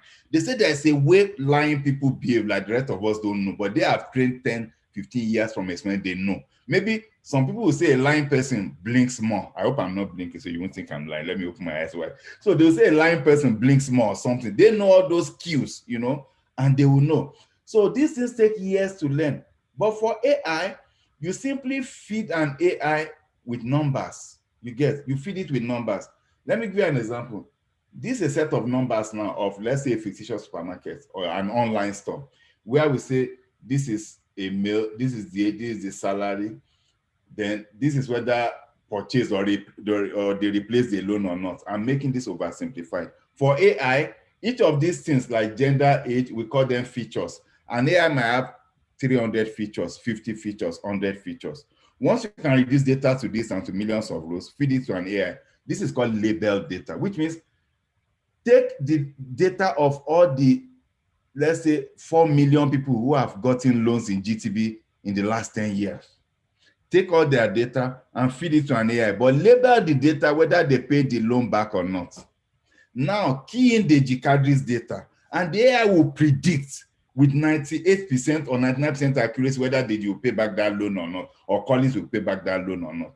Just feeding Collins data, his salary, his average income, his age, everything, all the things you fed in about this one, AI will quickly tell you, because AI can go through 2 billion records in a very quick time. Now, I'll give one very quick, another example. This is how you do it. You feed AI data, you extract the features, you train it, you create a model. That model is like that structure in the brain, but it's a mathematical structure. That structure now has knowledge of who can default loan or not. Is what they use here in the West, where they will know about credit card fraud. They go through billions of records of credit card fraud, and they're able to know from your transaction immediately whether it's a fraud or not to 97% accuracy. Now, when I used to work in Conga, Nigeria, I was part of the team that developed an algorithm, an AI algorithm that could detect fraud, because there were a lot of things Yahoo boys were doing. And that algorithm was handling them 90%. You get, it's just the same thing. We studied their data, we fed their data into an AI. Of course, you can train a human being for 5 years, or you can train an AI in a day, or in 40 minutes, or in 1 hour, depending on the size of the data. And before you know it, now let me give you another example. I mentioned food orchards now. This is a typical California orchard. Let's say this could be apple trees, or mango trees, or orange trees, or any kind of tree.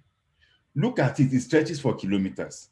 If a disease enters this crop, within 2 months, the farmer is out of money.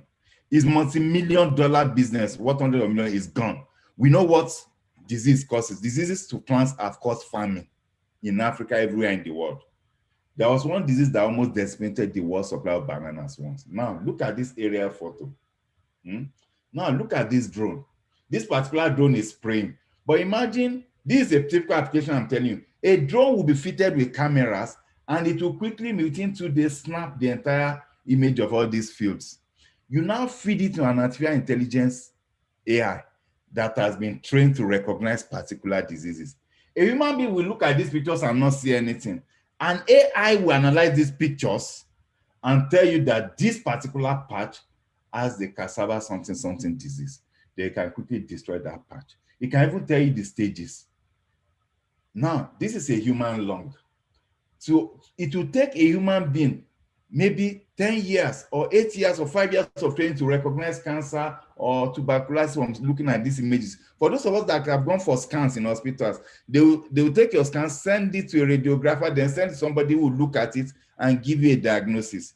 Feed this into an AI that has been trained with like 300 million images, and they always detect these things earlier than human. These are things that are going on now. These are not strange things. And these things have been heavily commercialized, and really it's not so hard to think of an idea and feed it to AI. It's just that the ideas that make more money is what the advanced countries are focused on. You can look at one small area in your area, gather the images by yourself, and feed it to an AI. And that image, that area might only be worth $1 million a year market. Google, Microsoft, then will not be interested in that area. You can just go, they will not be interested in an area of even $30 million, even $100 million, really, let me tell you the truth, you get. The Obama might not be interested in cassava, they don't grow cassava. You can go and look for all cassava leaves that are diseased and ones that are not diseased, snap the pictures, snap like 100,000 pictures, and feed it to an AI. See, these AI models are already available, they're open source, they are free. Just like the Linux operating system is free, though Windows is not free, but Linux operating system is free. Most of the internet you are browsing is powered by Linux, is powered by 90% powered by Linux, 90% powered by Nginx or Apache web server. Forgive me for mentioning things that people are not in IT might not be familiar with, but there's something I'm driving at. Apache web server, Linux operating system, Nginx web server that's making the internet possible is free. The TCP/IP protocol is free. Like, we're all enjoying free, let me tell you. Conga was running on PHP programming language, Apache website. Even though we were paying for the service on Amazon, the software running itself was free. Anybody can download PHP and learn to program. Anybody can download scikit-learn. It's a free production quality AI. The one Google uses, TensorFlow, is free. All these AI engines are free. See, it's released free. But what they release is free, it takes will. Just like to plant corn, and for it will grow freely in Nigeria, but we are not the largest producer of food. Canada, that can only grow food for 4 months in a year. I live in Canada. It's winter most of the time here.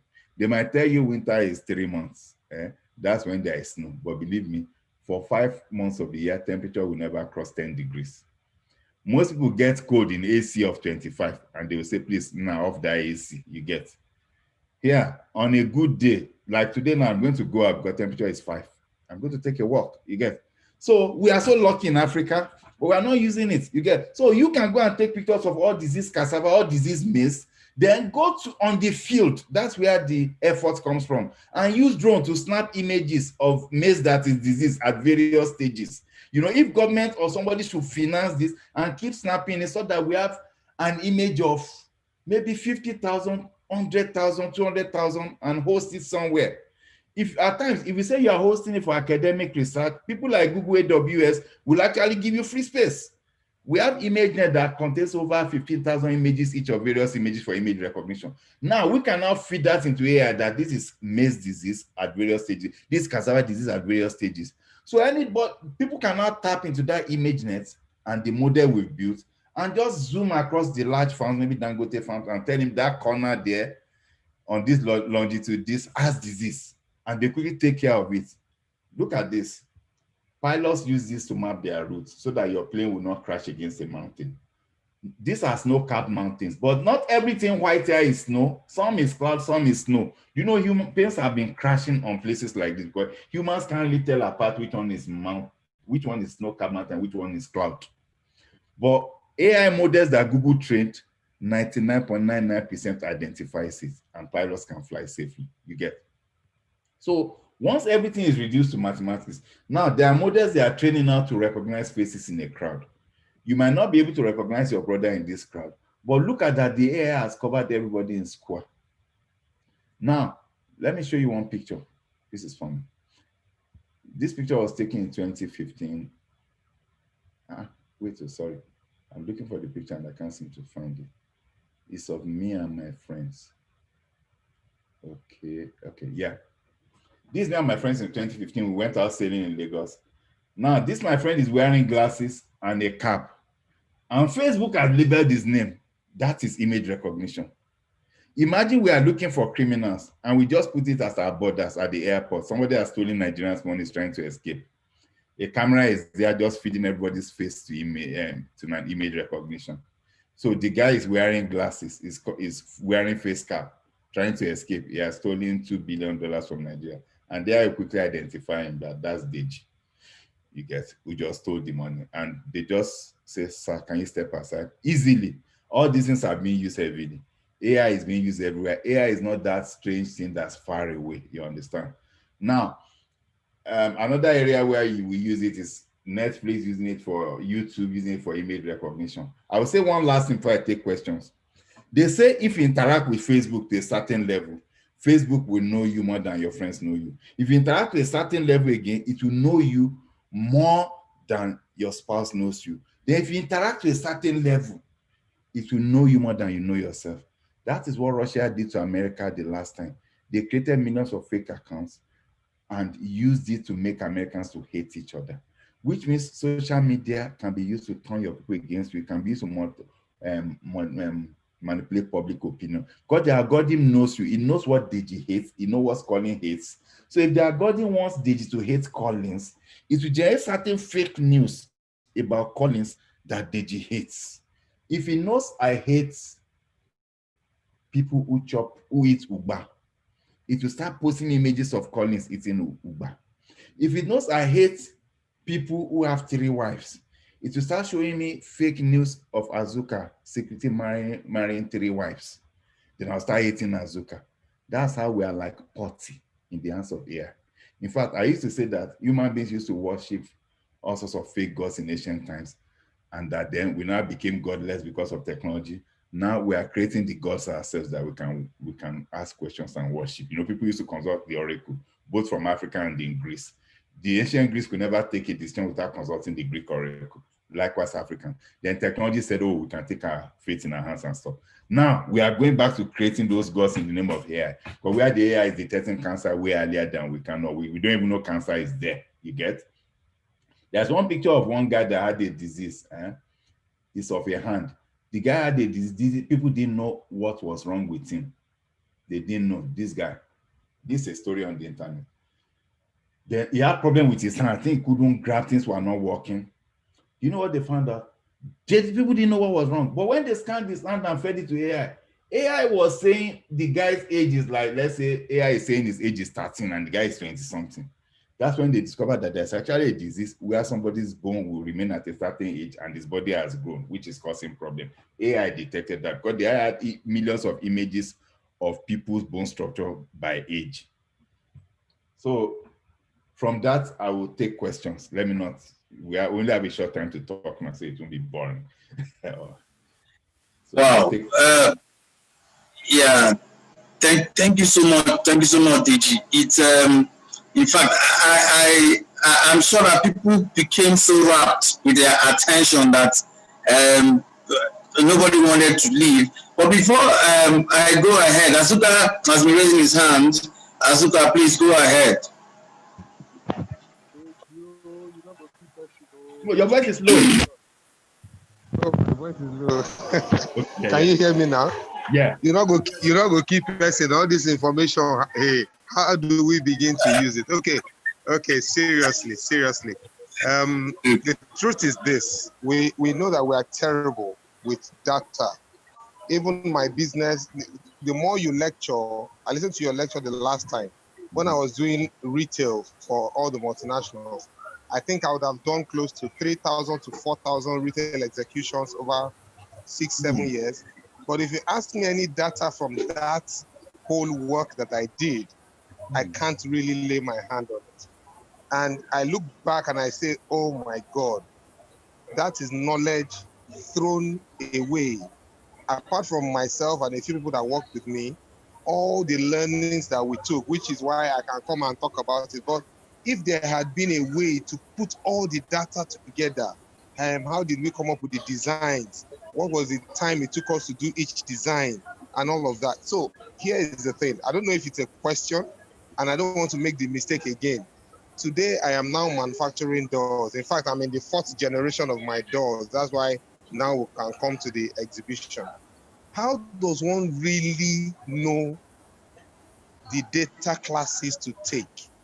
I don't know. It's very confusing. You know, data seems to be a very confusing space.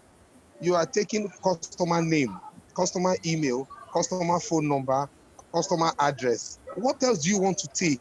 But it is clear that there are so many other things to take. At this small level, how do we know those things? Because this small level becomes big tomorrow. Okay. Before I answer Azuka's question, I'll quickly say something.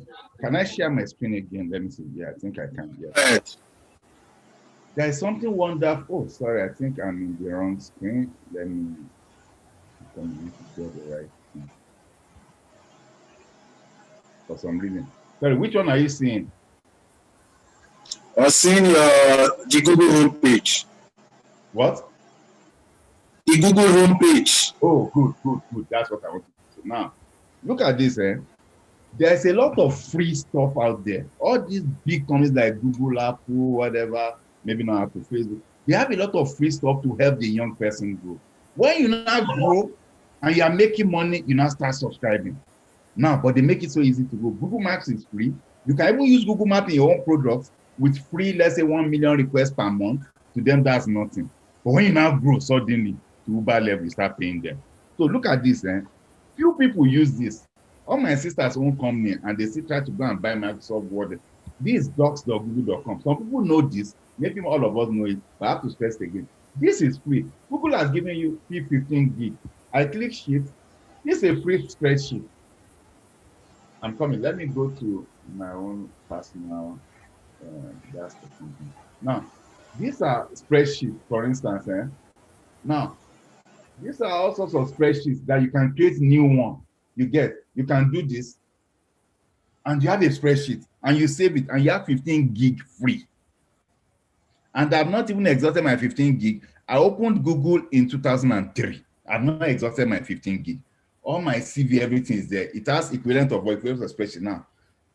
There's this lady on Silicon Africa. I think her name is Chioma or something. She's like an accountant. She helps a lot of SMEs grow. And she said something. She said she created the free Google Forms. There's this Google Forms can create for free, and it will save data in this spreadsheet. Said a lot of people are looking for advanced software that should just go to a small shop owner and say, look, set up Google Forms for them, set up the backend Google Docs, and people just quickly fill the Google form. They fill a Google form. Let me look for Google form. Please forgive me for wasting time, but I need to show you guys this because this is free things that Google has created for all of us to use. This is Google Forms. It is free. This is an order form. You can even modify the form, but I won't waste time showing that. Look at this. This is another form. You modify the form, you create it, and you have it. And you can start saving it in that, let me call it Excel, it's a spreadsheet, that spreadsheet backend. This is, are you a new customer? What item would you like to order? What color? It will save it in the backend. Which means you already have a simple application. That's what the lady sets up for people. He said they don't need fancy software.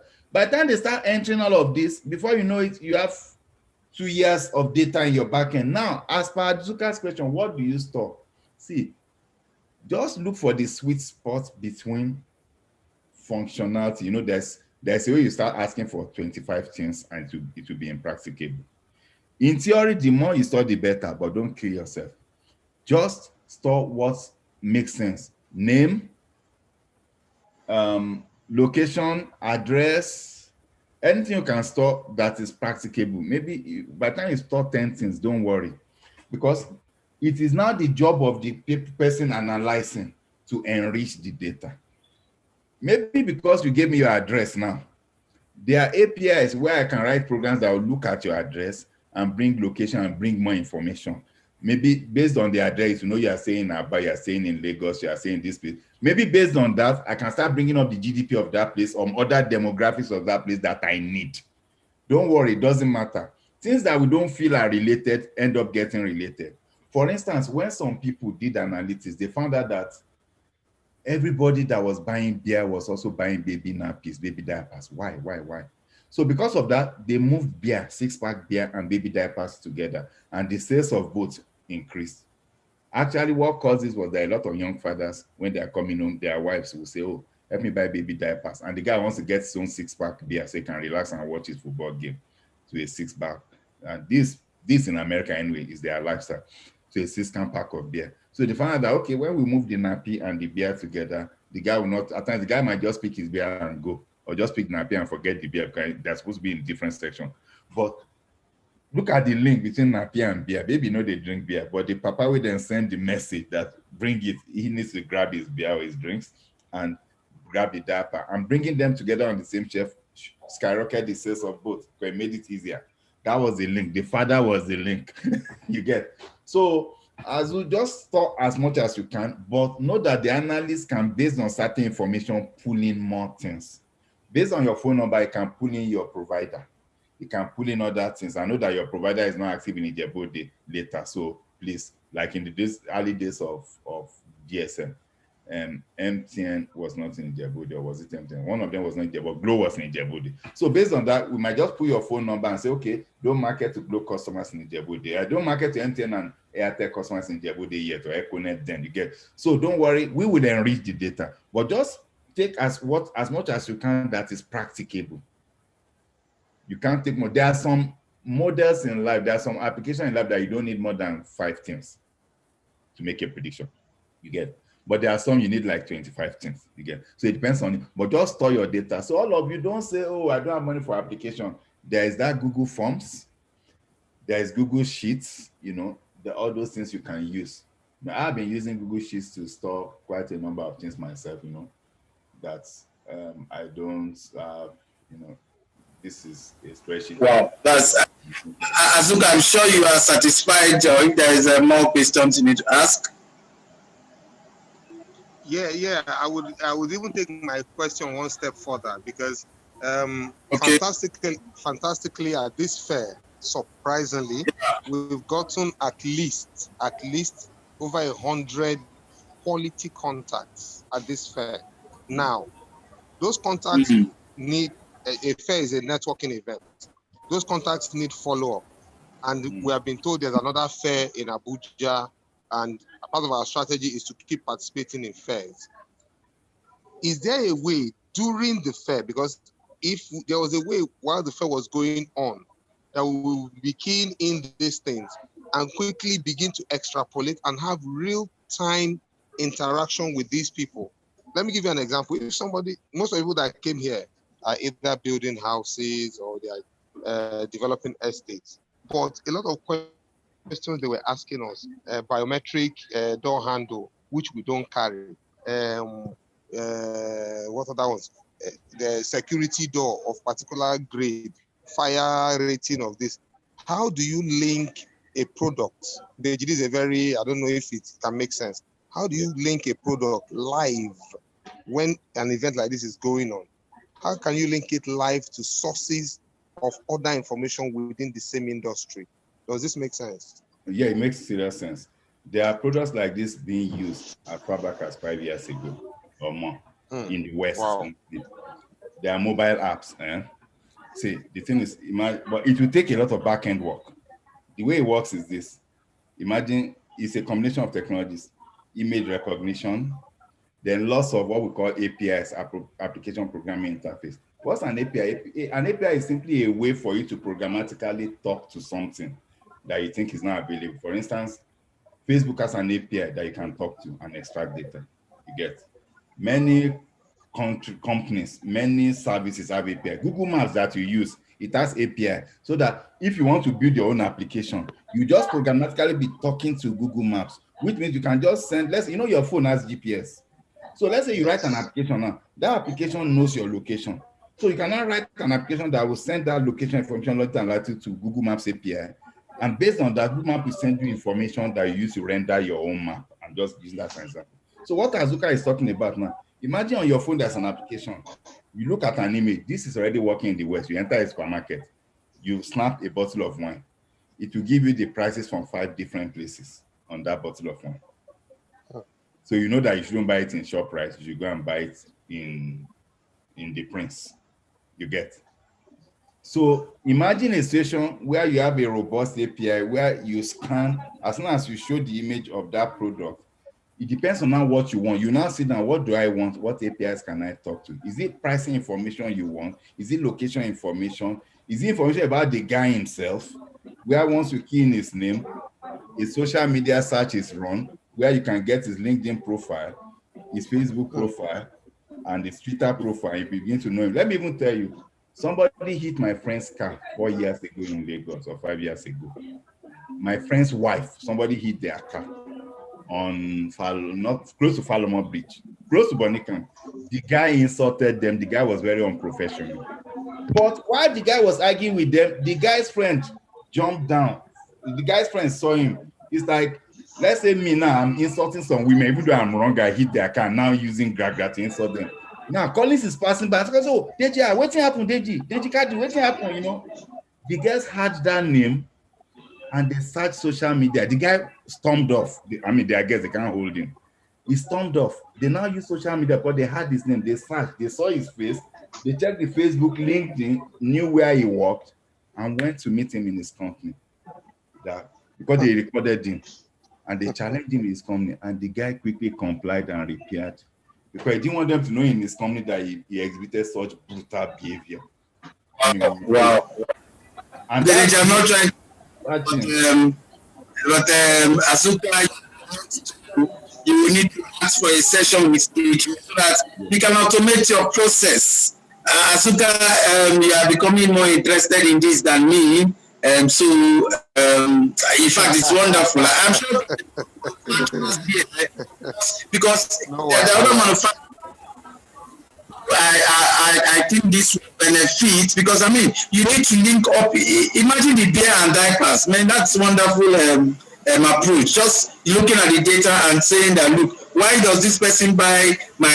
Why asking the supermarket, all the people who buy hair cream, what are the other things that they buy? All the people who buy liquid soap, what are the other things they always come to buy? In your receipts, when people buy this, what are the other things they buy? And you now tell them, look, I'm going to ask you to give me this shelf as also amount, so that let it be close to what product that the users are culturally buying whenever they buy this, so that it comes close, they pick it quickly. It's wonderful. That's what AI can do for us. The other thing that you said was that we can also help aggregate the AI data and get support for doing that. So if I'm walking on the road on my street and I pick something and I snap, I upload. I'm walking on the road again, I pick something and I snap, just because I have a WordPress site that will always be uploading photograph. Someday, those data that I aggregate becomes very important to be used for AI, and it can catch the eyes of a lot of people. We know how some pictures go trend these days. Those are because of that. Ben, I know Ben has been raising his hands. Oh, Ben or Diakose, are you still there? Ben? Ben, I know you have been raising your hands up. Can you say something?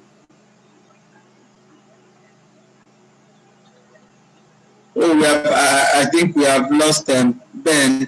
So thank you so much, Deji. In fact, it is wonderful, and I'm sure that a lot of people have seen how much. Okay, Ben has unmuted. Ben.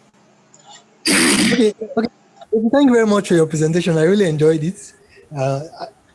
Fortunately for me, I've been working on some of these projects, but I still have some concerns, and it's with respect to privacy and compliance.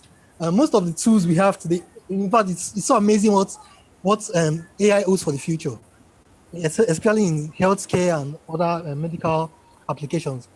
But when it comes to personal data and some of these compliance issues, I have some concerns though, especially when it comes to maybe sales discrimination or targeting a particular race or probably individuals. Because if a machine can learn about somebody, it can actually target the person either when it comes to maybe loan or buying stuff or just some form of cognitive bias for some race or some individuals. So, Deji, what do you think? What are your thoughts on this downsides of AI? Because these are things that gives me concern. What happens in a place where someone is just somehow discriminated and he doesn't even know why? Probably because of some historic data about him and stuff like that. How do we manage that? The EU, to an extent, have seen some of these threats and they're trying to work to see that personal data are protected. But here in Africa, we still are very much in love with Google, Facebook, and some of this stuff. And I have some concerns in the future that some of these things may be manipulated against us as Africans, especially from our history and how it's all happened in the past.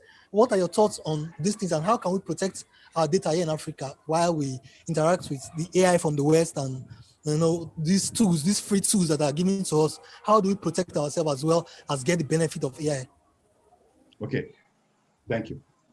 I will start with this saying. They're always saying that if it's free, you are the product. That is the truth of the matter. We are the product. Facebook is free because we are the product. Google is free because we are the product. Because they can do targeted advertisement. And the funny thing is we give this information out willingly. So really, legislation can come in. Legislation, like you mentioned, the EU, the US, US and North America, EU and North America. They made a lot of legislation because these things can be weapon. Information is weapon. There was this joke people used to joke, but it's real, that an ex-KGB officer from Russia, when he saw Facebook for the first time, then said, wow, we used to torture people for this kind of information that people are now giving freely. That, I'm now in Aba, on my way to Turkey, on my way to London, or on my way back. You snap every aspect. People will snap semi-naked picture of them, a shirtless picture of them and their naked wife exposing her. Non-naked, semi-naked, exposing her tummy. We do everything now. We do pre-wedding pictures, wedding pictures. We now do prenatal shoot. When the wife is pregnant, she now brings her stomach. His husband is shirtless. They snap pictures. I don't even know whether they rub oil on their body. Basically, they just give everything about personal life. Let me tell you what the law would do. The only thing the law would do is this in practical. The practical thing is that the law will protect in terms of, you can delete your data, and they must tell you they are storing your data. That's why you've seen all this pop-up that we store data in cookies and stuff. But the reality is people will keep giving up this data. You get what I'm saying? People will keep giving it up. They've been encouraged to. So the only thing the law is saying is that if you choose not to, you won't be forced to, you won't be tricked into it. So because before they used to gather data about us and store it in what they call cookies, you don't even know. That's why when you come back, they already know what you like, what you don't like, whether you log in or not. You get. But now they're just saying, tell them that it's cookies. Then the truth is, I think this ship of privacy, I'm being realistic now, the privacy ship has sailed. This is not the first time that we have privacy issues. We've had junk journalism magazines before that will go and snap your picture of Abuja big girl, politician doing stuff. Ever since mobile phones came out, privacy had gone out the door, had gone down the drain. Any mistake you make now, somebody has filmed you, somebody has videoed you, but it's a double-edged sword. Just like a knife is very useful in the kitchen. When you see some advertisement of some kitchen knives, the way they are sharp, how thick they are, this is a weapon, but I mean, we won't really ban knives because anybody can grab a kitchen knife and kill. I mean, there are stories from Nigeria of wives killing their husbands, like killing their wife, and this with kitchen knife. They didn't go and buy a commando knife from the military to kill. So that knife in your house is a weapon, but nobody is banning it again. So that privacy thing has shifted on a general basis. But I have friends who are paranoid. The thing is, if you are really paranoid, there's a browser called DuckDuckGo. It doesn't store anything. It's open source so that you don't have to use Google Chrome, any of those things. You can browse in privacy mode. You can buy powerful VPNs that will mask everything. All those things are there, really. That's the truth. It's just that it's not the same experience. But believe me, the reality is that the privacy ship has sailed. We've exposed our privacy too much and we keep exposing it. The law can protect you, but the law cannot protect you from yourself. You get what I'm saying?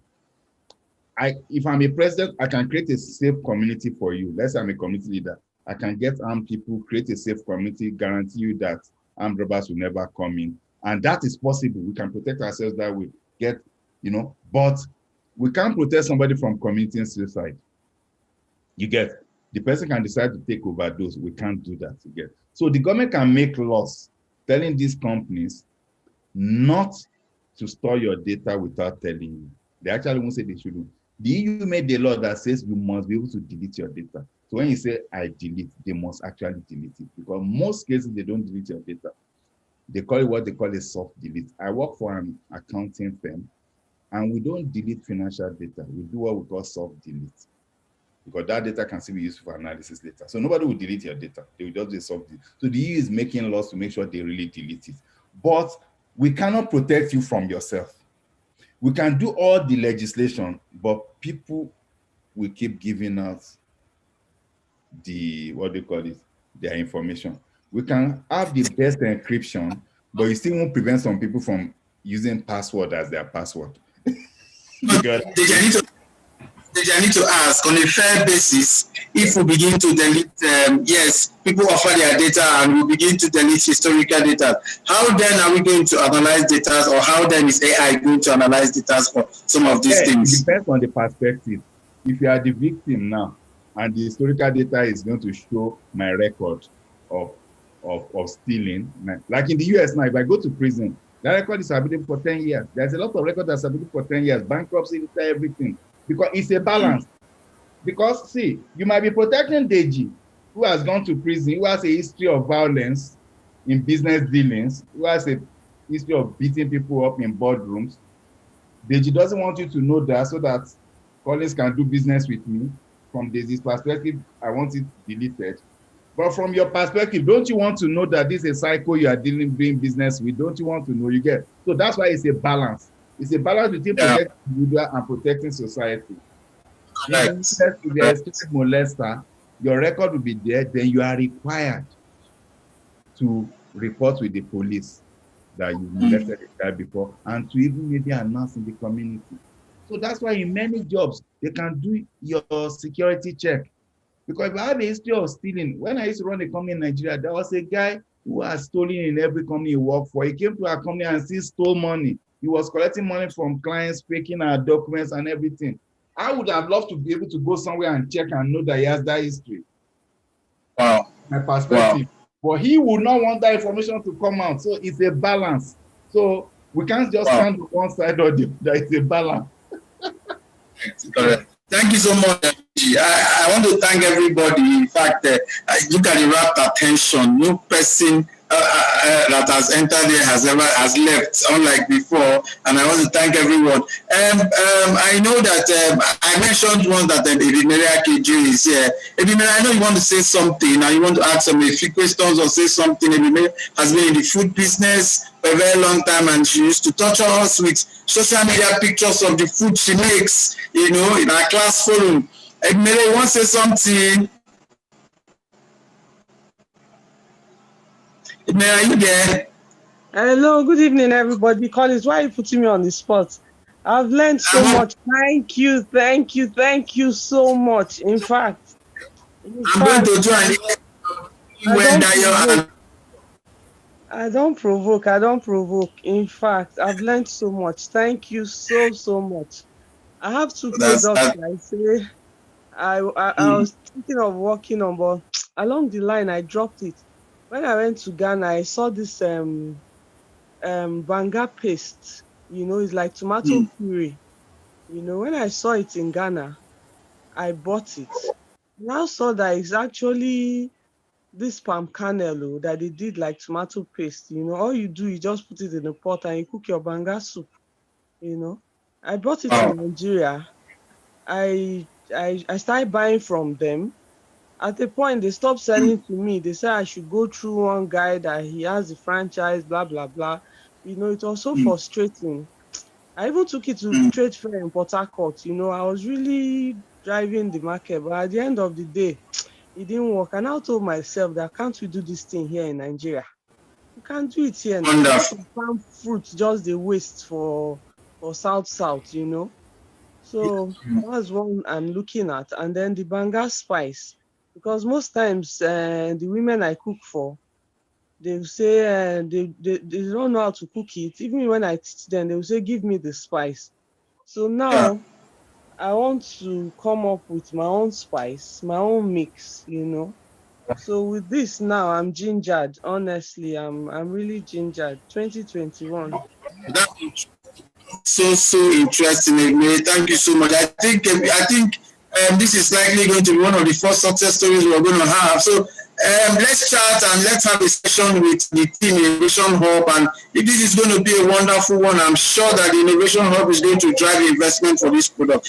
Everybody loves banga. Everybody uses palm oil to cook food. And when this thing so natural, you understand, it's going to be a very good investment. And I know that Chinedu and Eze is somewhere there smiling because he's ready to make this happen. Thank you so much, Ebere, for talking. You know, see, say as he talk now, you know, say I think come.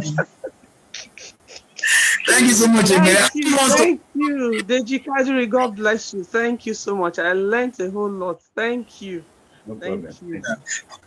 So, Aki, you can unmute and say something. I know you'll be raising your hands. After that, Monica will talk. Then we round up. Yeah, we round up and I mean this wonderful experience. I know everybody wants to stay on, but we need to end. Aki, go ahead. All right. Good evening. Thank you so much for all that have been said today. I've really had so much value added to me from all I've heard today. And Deji, thanks. You actually had me at the edge of my seat all through your session. And I have two questions for you. And the first one is this.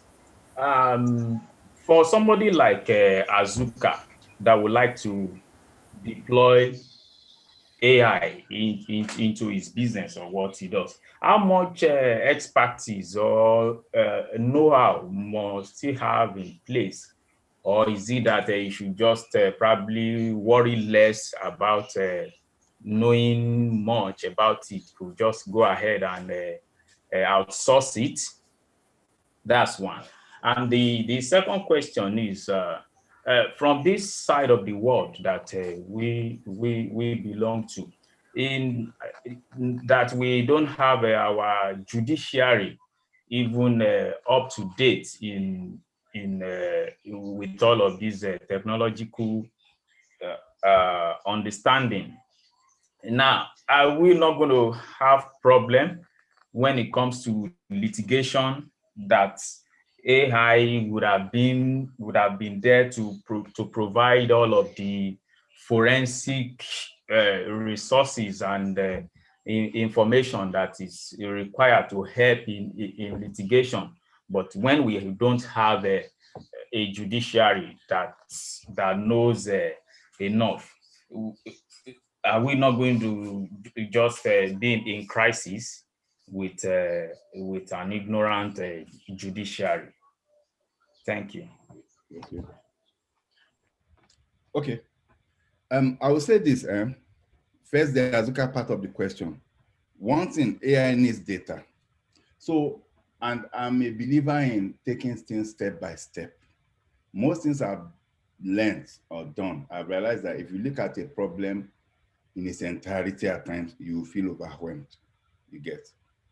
Then, if you now look at it bit by bit, thank God we are all photo people. So let me use maths as an example. When you are in GS1 or class 1 in secondary school, your exam question will consist of simple equations. 3a plus 5 is equal to 6, find a. 3x plus 5 is equal to 7, find x. And that is exam for us. Then you now move to simultaneous equations. When you see simultaneous equations, then it will look impossible. Then when you see quadratic equation, it will look impossible. But they will now tell you that this quadratic equation will break it down until you now get, instead of x squared, you now get something 3x plus 5 is equal to 6. That one now you can solve. When we reach university, you do ordinary differential equation, which are higher order equation, but you now reduce it to a quadratic equation, your life is now balanced. Then when I did mathematics for that final year, they'll give us some models. When we get it to an ODE, our life has balanced. So AI needs data. Anybody can pump data into an Excel sheet. Look at that good form I showed you. So the first thing is you just be putting data. Believe me, it's not even only structured data we analyze. Data analysis has gone beyond structured data. The one I showed you is structured data. Do you know tweets and SMSs are analyzed heavily? There are tools that break those things down. You would think an SMS is just a rough thing. Let me give an example. There's a Nigerian company, I've forgotten their name, they give loans. But this is a country we don't have what we call credit rating in Nigeria. So how do you know who can pay loan? I might wear suits and be smooth talking and I'm a chronic debtor. And the guy that looks rough is actually not a chronic debtor. In fact, microfinance banks came as a result of Yunus in this country, Bangladesh or whatever, discovering that poor people actually pay back loans. It's even rich people that tend to chop the money and not pay the loans.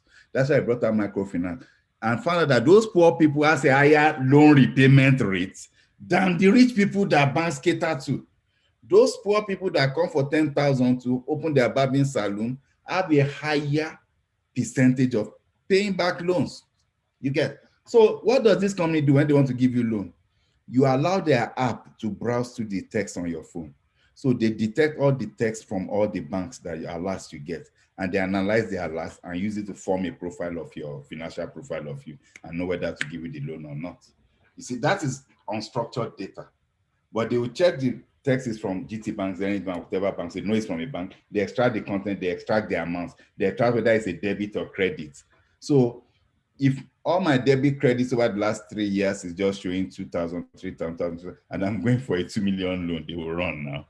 But if it's showing 100,000, 200,000, 500,000 that's moving in my account, then they can build a profile and know that if I need a 50, 60, 100,000 loan, I'll probably not default, you get. So there are various innovative ways, but the thing is you gather the data and store it, fine. So that would be my answer, gather the data. And I also say there are free tools out there to gather data. There was a time I realized I had piled up, when I was in Nigeria, I had piled up like maybe 300 cards and business cards. And I was about to retire and go into business for myself. You know what I just did? I just got some guys, some school stakeholders. Hey guys, come. I gave them small money. So they sit down and key it into this Excel. So, and all of them just keyed it.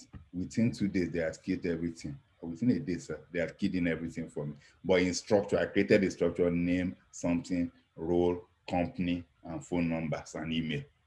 So that was the Excel sheet I used on my phone calls. So I can just search for MDs, CIOs, head of IT. So it will just keep going. And that's very crude, but it's very useful. You see, Once something is taken down, there's a Japanese that wrote a book about succeeding in life by using a pen and a notebook, just journaling things and itemizing, you get, and that you can run your life even on that before even going sophisticated. So a lot of us, a lot of things Excel can even solve. So that Excel just created that for me. I was so happy. And eventually, I think I moved it to Google Sheets, which made it available online. You get, so anywhere I can just go in there and check and search. So if I want to speak to an MD or an IT guy, I start calling them from there. So I threw away all those things eventually. Yeah. Now your second question. No, the second question about our judiciary and something. Let me tell you one thing. One bad thing we Nigerians do, we denigrate Nigeria a lot. See, and meanwhile, I hardly denigrate Nigeria, not because I'm more patriotic than others, but in my travels, when I travel, I look at good and bad. For instance, I've never seen the level of homelessness and poverty in Los Angeles is the highest I've ever seen in my life. And I've seen poverty in Lagos, believe me. Go and Google Los Angeles homelessness. That is the richest state in the US. That's California. If California was a country, is the 5th largest economy in the world. Just like they will tell you Lagos State is the 4th largest economy in Africa and the 2nd largest economy in West Africa if it was a country. But the level of poverty in Lagos no gets equal. Same thing in LA. Do you know, one time, 4 years ago, my brother was talking to me. He has been in the US since 1997. He's a heart surgeon there. He was talking to me that, oh, he needed to send money to someone. He was bragging to me that, oh, then I now paid extra for the money to get there the following day. He was bragging to me because he left Nigeria since 87. Me, I was now wondering, you are paying extra to have money in the same day. When I will go to Yaba and buy something and transfer to the guy there and then. You get what I'm trying to tell you? Nigeria already had that instant payment way before US. US is now treating it like a big deal. They now have something called Zeal that you pay extra money for to get instant. In Canada, they now have something called Interact. Now, my friend wanted to send money to a business. He's complaining to me. He's been 7 years in Canada. He said these are the times he misses Nigeria. Do you know there is no way for him to quickly send money to a corporate account? There is no way, corporate to corporate. There is no way in Canada. So let us not feel intimidated. If you think Nigeria is bad in terms of our judiciary, go and look at US senators querying Google and Facebook. They have no clue. They are just yarning rubbish. They don't know what is going on. When they talk about climate change, they don't know jack. So don't let that dissuade you. What happens is that when the court case comes, the experts will come on both sides and educate everybody. You get what I'm saying?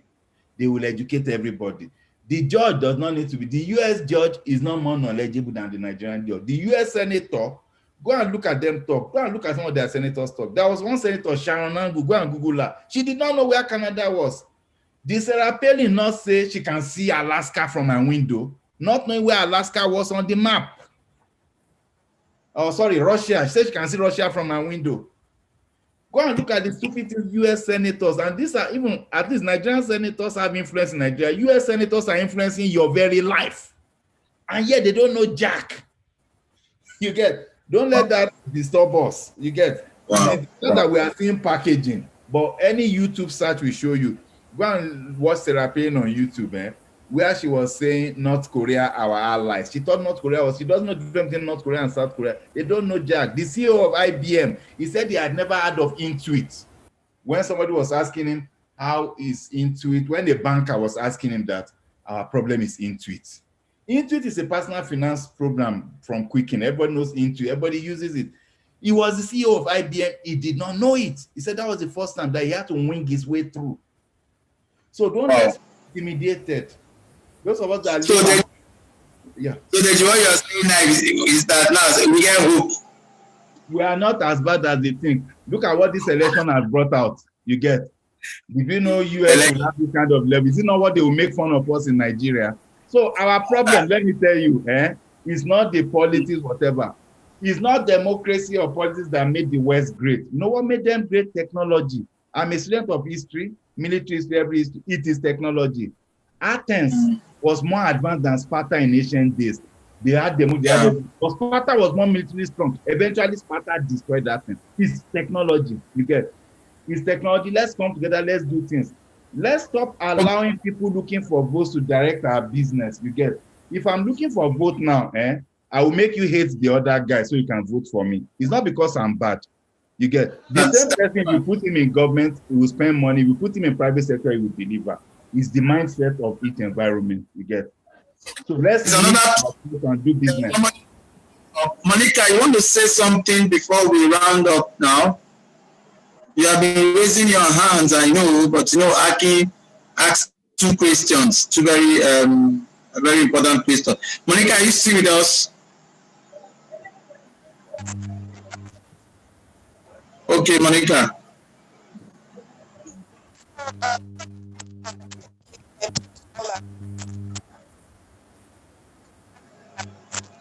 Wow. Monica, we cannot hear you clearly. Monica. Hear me? Can't hear you clearly. Yeah, it's still faint. Is it better? Yeah. It's not. Is it better? Yes. Okay. All right. So I just have a question of interest, like taking from what Colin said earlier on. I'm curious to know how it is one could make money from maybe stuff like taking pictures randomly and maybe uploading to some online site, right? So I was curious to know how money is made.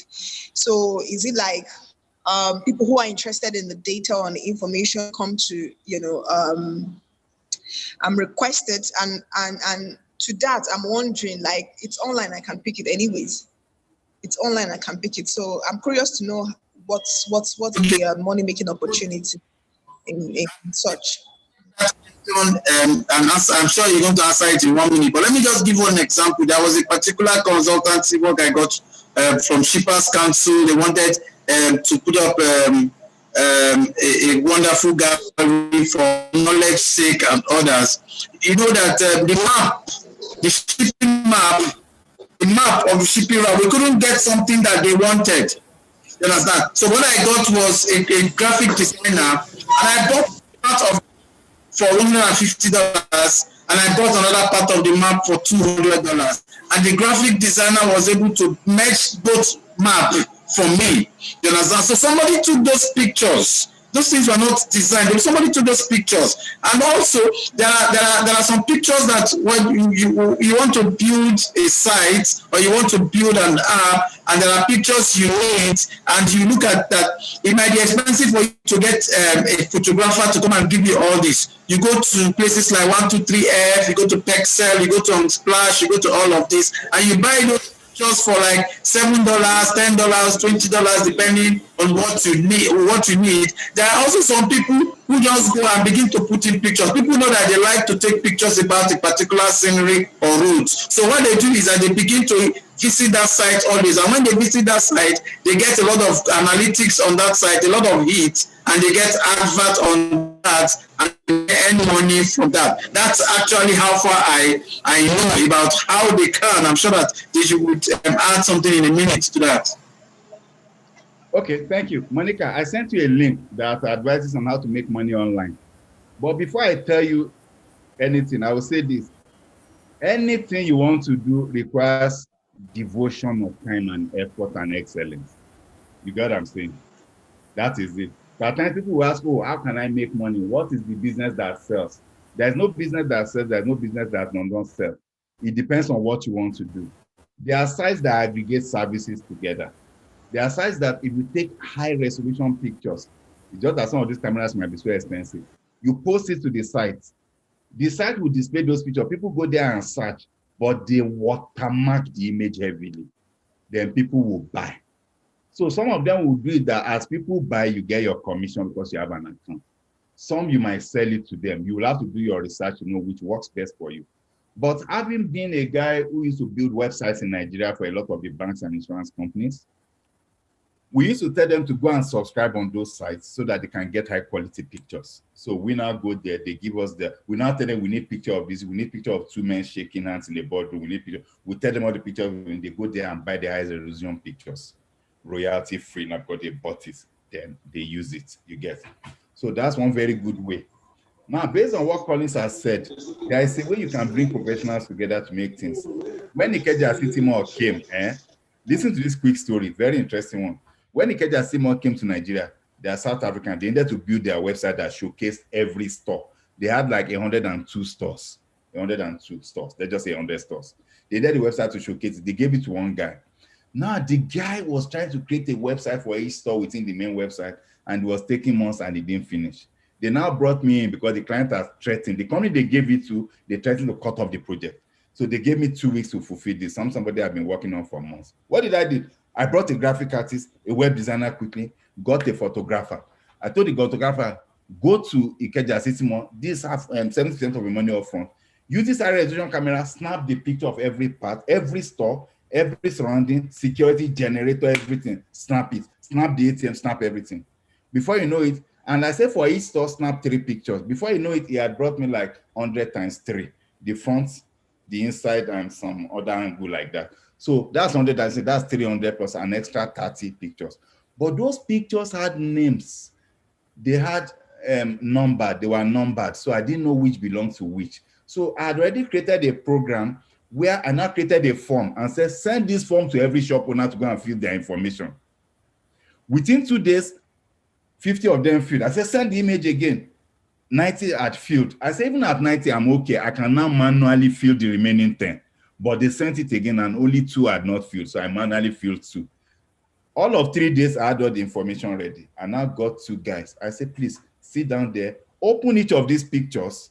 When you see it's Samsung, label it, add Samsung to the beginning. When you see this, add it to the beginning. So when they added the names, I had now put the name in my own program. So once you click Samsung, it will show all of Samsung's images and their information that the guys had kept. In 1 week, I had everything ready, just by bringing people together. And this guy was working on it for months. You get. So once you just do it, so that's another, it's similar to what Collins did. And the part Collins did not tell you was that how he now built $10,000 for this project. Thank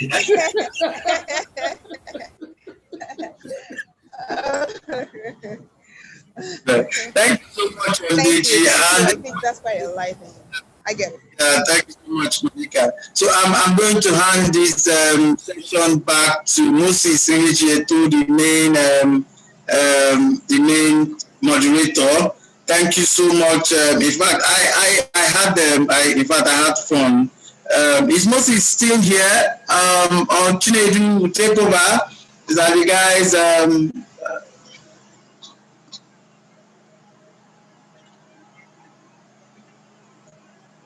Chinedu, are you still here? Yes, I am here. I think there is somebody raising up a hand to give an opinion. Wow. To come. We have done about 3 hours. Okay, very quickly, Valentine, go ahead. Yeah, good evening, all. Good evening. My own, yes, sir. My own is Mr. Deji. I'm so grateful for the lectures you have been giving us. There is this idea I have that I want Deji to help me out. I would want to be trained on or have an information on AI on how to develop an app that can help us in Nigeria and Africa to put an end to mob killing. This is one thing that the Western world maybe have outgrown on, but here in Africa, we're still within that zone, and our people does not know the implications of such acts. So if I can learn an app that will help me develop that, I will be very, very happy. Thank you, sir. Sorry, that's very fair. Mob what? I didn't hear what he said. Mob something. Mob action. Mob action. Oh, mob action. Yes. Oh, you want to prevent mob action, right? You know the problem here? Mob action is actually promoted by AI tools. I'm not saying that from a positive angle. What I mean is that you notice something. China does not allow Facebook, Google in their country. Because if anybody wants to destroy your country, they will just float a lot of fake news by bots. Bots are AI agents. They will create fake accounts, post a lot of things. We know this in Nigeria. It happens a lot. People will post all sorts of things. There was a time I used to fight those things in my group. I don't really have a political leaning, but I don't like lies being told on either side. When the previous regime was there, I was fighting what you call fake news. When the current regime was there, I was fighting fake news. Ones that don't do fake news, you get people who post all sorts of things. They might post that Nigeria is spending 2% on education, Britain is spending 40%.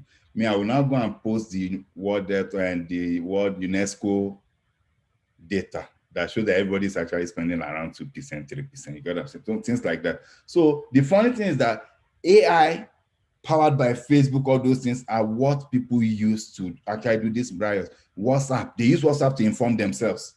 They use these things to inform themselves. So perhaps the best way to fight it is to maybe write an AI bot. Some people have done that, that will actually label those things or automatically respond to them. But then it might also be illegal for you to do it too. They might actually catch your bot first before they catch the fake bots. But there are programs to write that you can use programming language to write bots. All these things have APIs that maybe you now be countering them with the real news. Maybe not start a flame war, an insult war. Maybe your own that once it detects fake news, it will just, there are AI algorithms that are fake news detectors, you get. You just have to train it and it will learn to, so it might be able to, so it might just say label it, oh, this. Twitter is trying to do it anyway. That's why you see they were fact checking the president of the United States, then they'll say, oh, this thing is not true or something like that. So that could be a good way to start. But let me tell you, like everything that sounds easy, when you are not in a field, you think it's easy. When I used to work in Links app, engineers and salespeople used to fight. The engineers will say, oh, what are salespeople doing? Without us, you can't sell anything. Salespeople will say, what are you doing? Without us, you are just playing on your computer all day. Without us, you will have a job. But I was neutral. I called both of them together. You are parts of a whole, and you shouldn't even be fighting. You should be helping each other out. And I was even young then, you get, I was just doing something, but I had enough sense to know that, I mean, nobody is more important than the other, you get. So what I'm saying is that every profession requires a lot of background learning. Like if you want to build AI now, you need to learn programming. Everything is doable. There are white guys here I've met who study philosophy in university, and they are top-notch programmers, so it's not impossible. Just for you to know what it requires. You need to learn the programming language, learn the AI algorithms, learn the application programming interface. Everything is learnable, you get. If you reach out to me, I can give you resources that will teach you how to learn. It could be an 8-month journey. That's why there's shortage in programming. It's not a problem of the intelligence. If you go to Futo, you can be a great programmer. That's the truth of the matter. You get, if if you're being carry ordinary differential equation and all those electives we did, I'm telling you, you can learn programming. But what most people don't have is the time. You get, for you to learn something for 6 months and you're only good enough for entry level. Most people don't have that patience. That's the thing. Yeah. But they don't even know that's even easy. You can never learn to be a doctor at home, but you can learn to be a programmer at home. Thank you so much, Deji, and thank you for all the speakers. Chinedu, you can take over. Thank you, Grateful to White, for a wonderful opportunity for us to rub minds today. You agree with me that it has been a very nice journey. It has been a wonderful outing. One thing to take home today is that there is a need for collaboration, and there is a need to hub our ideas, and there is a need to seek experts in whatever vision you have to bring to bear. And one most important tips we must take from each and every speaker that has spoken is the need to have some people look into whatever you are proposing and give you the pros and the cons. And we all should take this home. Another very much important take home is that you need to be trained. And that is why I so much cherish the program I heard of about the various digital life that is coming on from the iHub. Personally, most businesses battle with website hosting, battle with digital marketing. In fact, the persons I contracted ETC full website fails in so many contracts. So we are battling with that. But with what iHub has presented today, I hope to sign on with them for my website management. Likewise, every other business is here. If you have some areas you find difficult to manage, turn to the iHub. You will get quality and you will get results. I want to thank everyone that have been here. Okay, we have one of the key sponsors of the TMIT Dream who just signed in. Perhaps he has one or two words to give to us.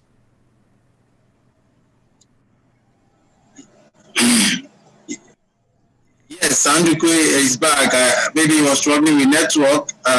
He's here. And also, we're inviting participants to fill out the feedback form. It's on the chat area. It will help us, just like Deji said, very simple. Google doc.google.com. I mean, we try. Okay, so let us invite Andrew. If you remember, when we started this, the TMIT, I mentioned him, the CEO of Tmit, and these are one of the people that are the enablers of the Innovation Hub. They funded this Innovation Hub and has continued to provide support for the hub. So let us hear from Sir Ndukwe before we round up this session. Sir Ndukwe, are you with us? Oh yes, he has unmuted. Hello. Hello, sir. Yes, I thoroughly enjoyed myself, though I was off and on. But the one that kind of gave me a lot of headache is the lecture. It was difficult for me to comprehend very well. But I know he was saying something that is not only for today, but for tomorrow. We all need to be serious. I can align with Azoka. I fully understand that, and every other person.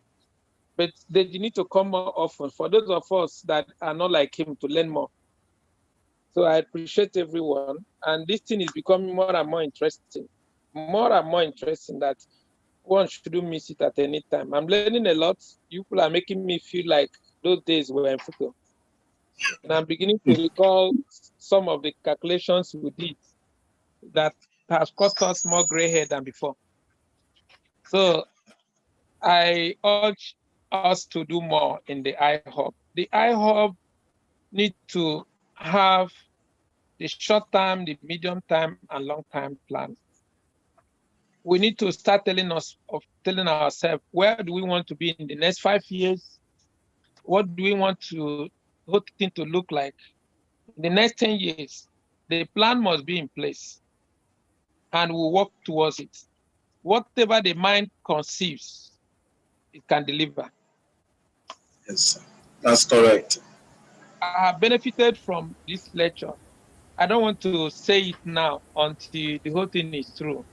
It's already been, there is a serious research going on and the work going on, which may lead to another industry eventually. So there's a lot to learn from this. I encourage everyone to participate, learn, and learn. Thank you once again. Thank you, Collins, for doing the this. I thought you are my colleague, but you are doing more of journalistic work than industrial chemistry.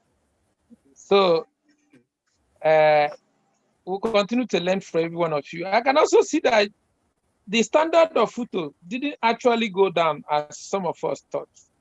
Some of you are much better. The only thing is that instead of writing Fortran, Basic, and the rest of them those days, you could just do the whole thing within, digitally. That while we are still putting our own in writing, you could have gone far. So there's still hope in photo.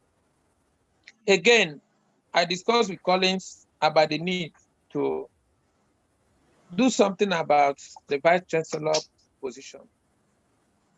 How do we play a role to get somebody to take over that? It is very important to do something so that what we are doing will be complete. Thank you all, and bye. Thank you so much, sir. Thank you very much, sir. You have always been a strength for us. When we want to move and we see colossus like you, Dr. Andrew, JCJ, Mekanwa Chuku, Felix Chuku, Billion Duru, and others. We have hope that even if we don't benefit from some of the things, the younger ones to benefit from that. And then we know that from next year, I'm very sure that we're going to begin to have success stories in ideas, production activity. I'm sure that companies will begin to erupt from this TMIT from next year.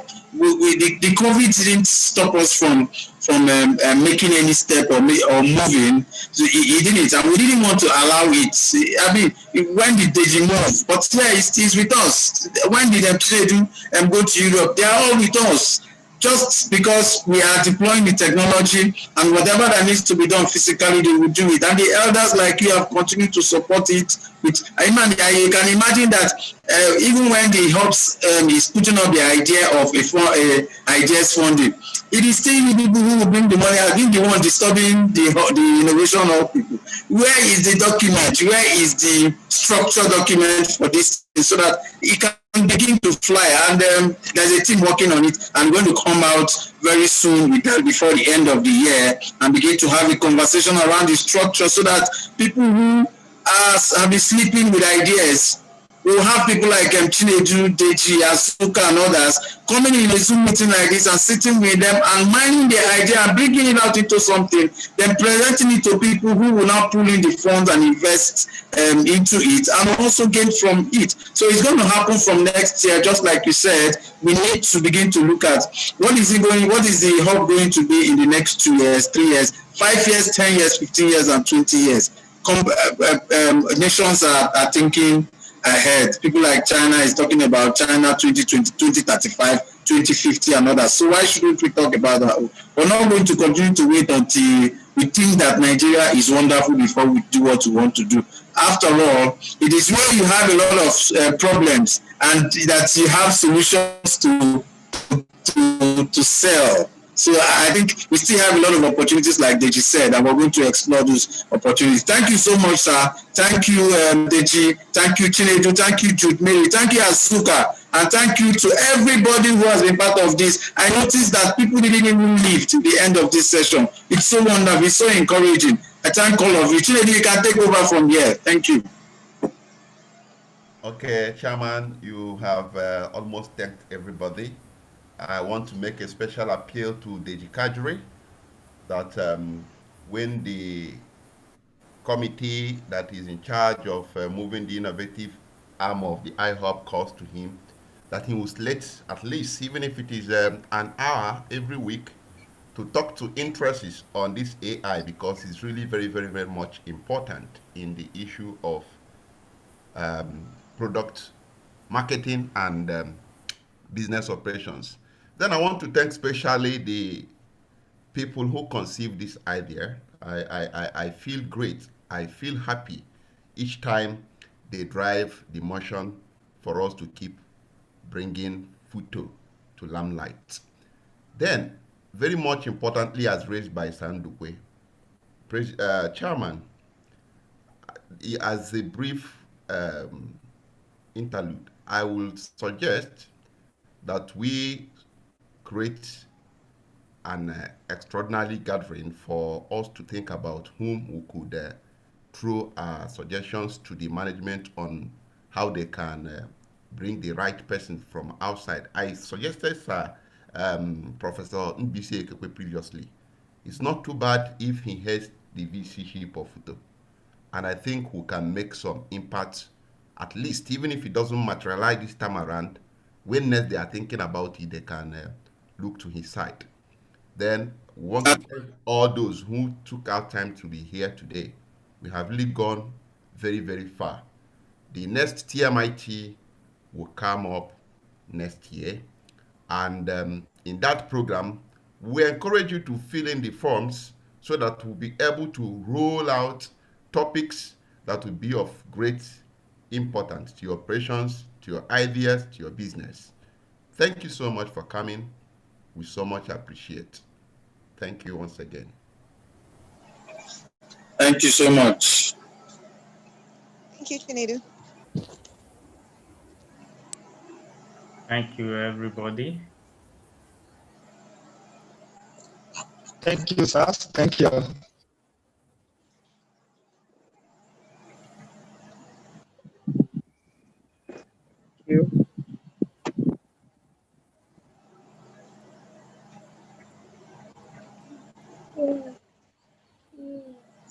Which are you giving us anything?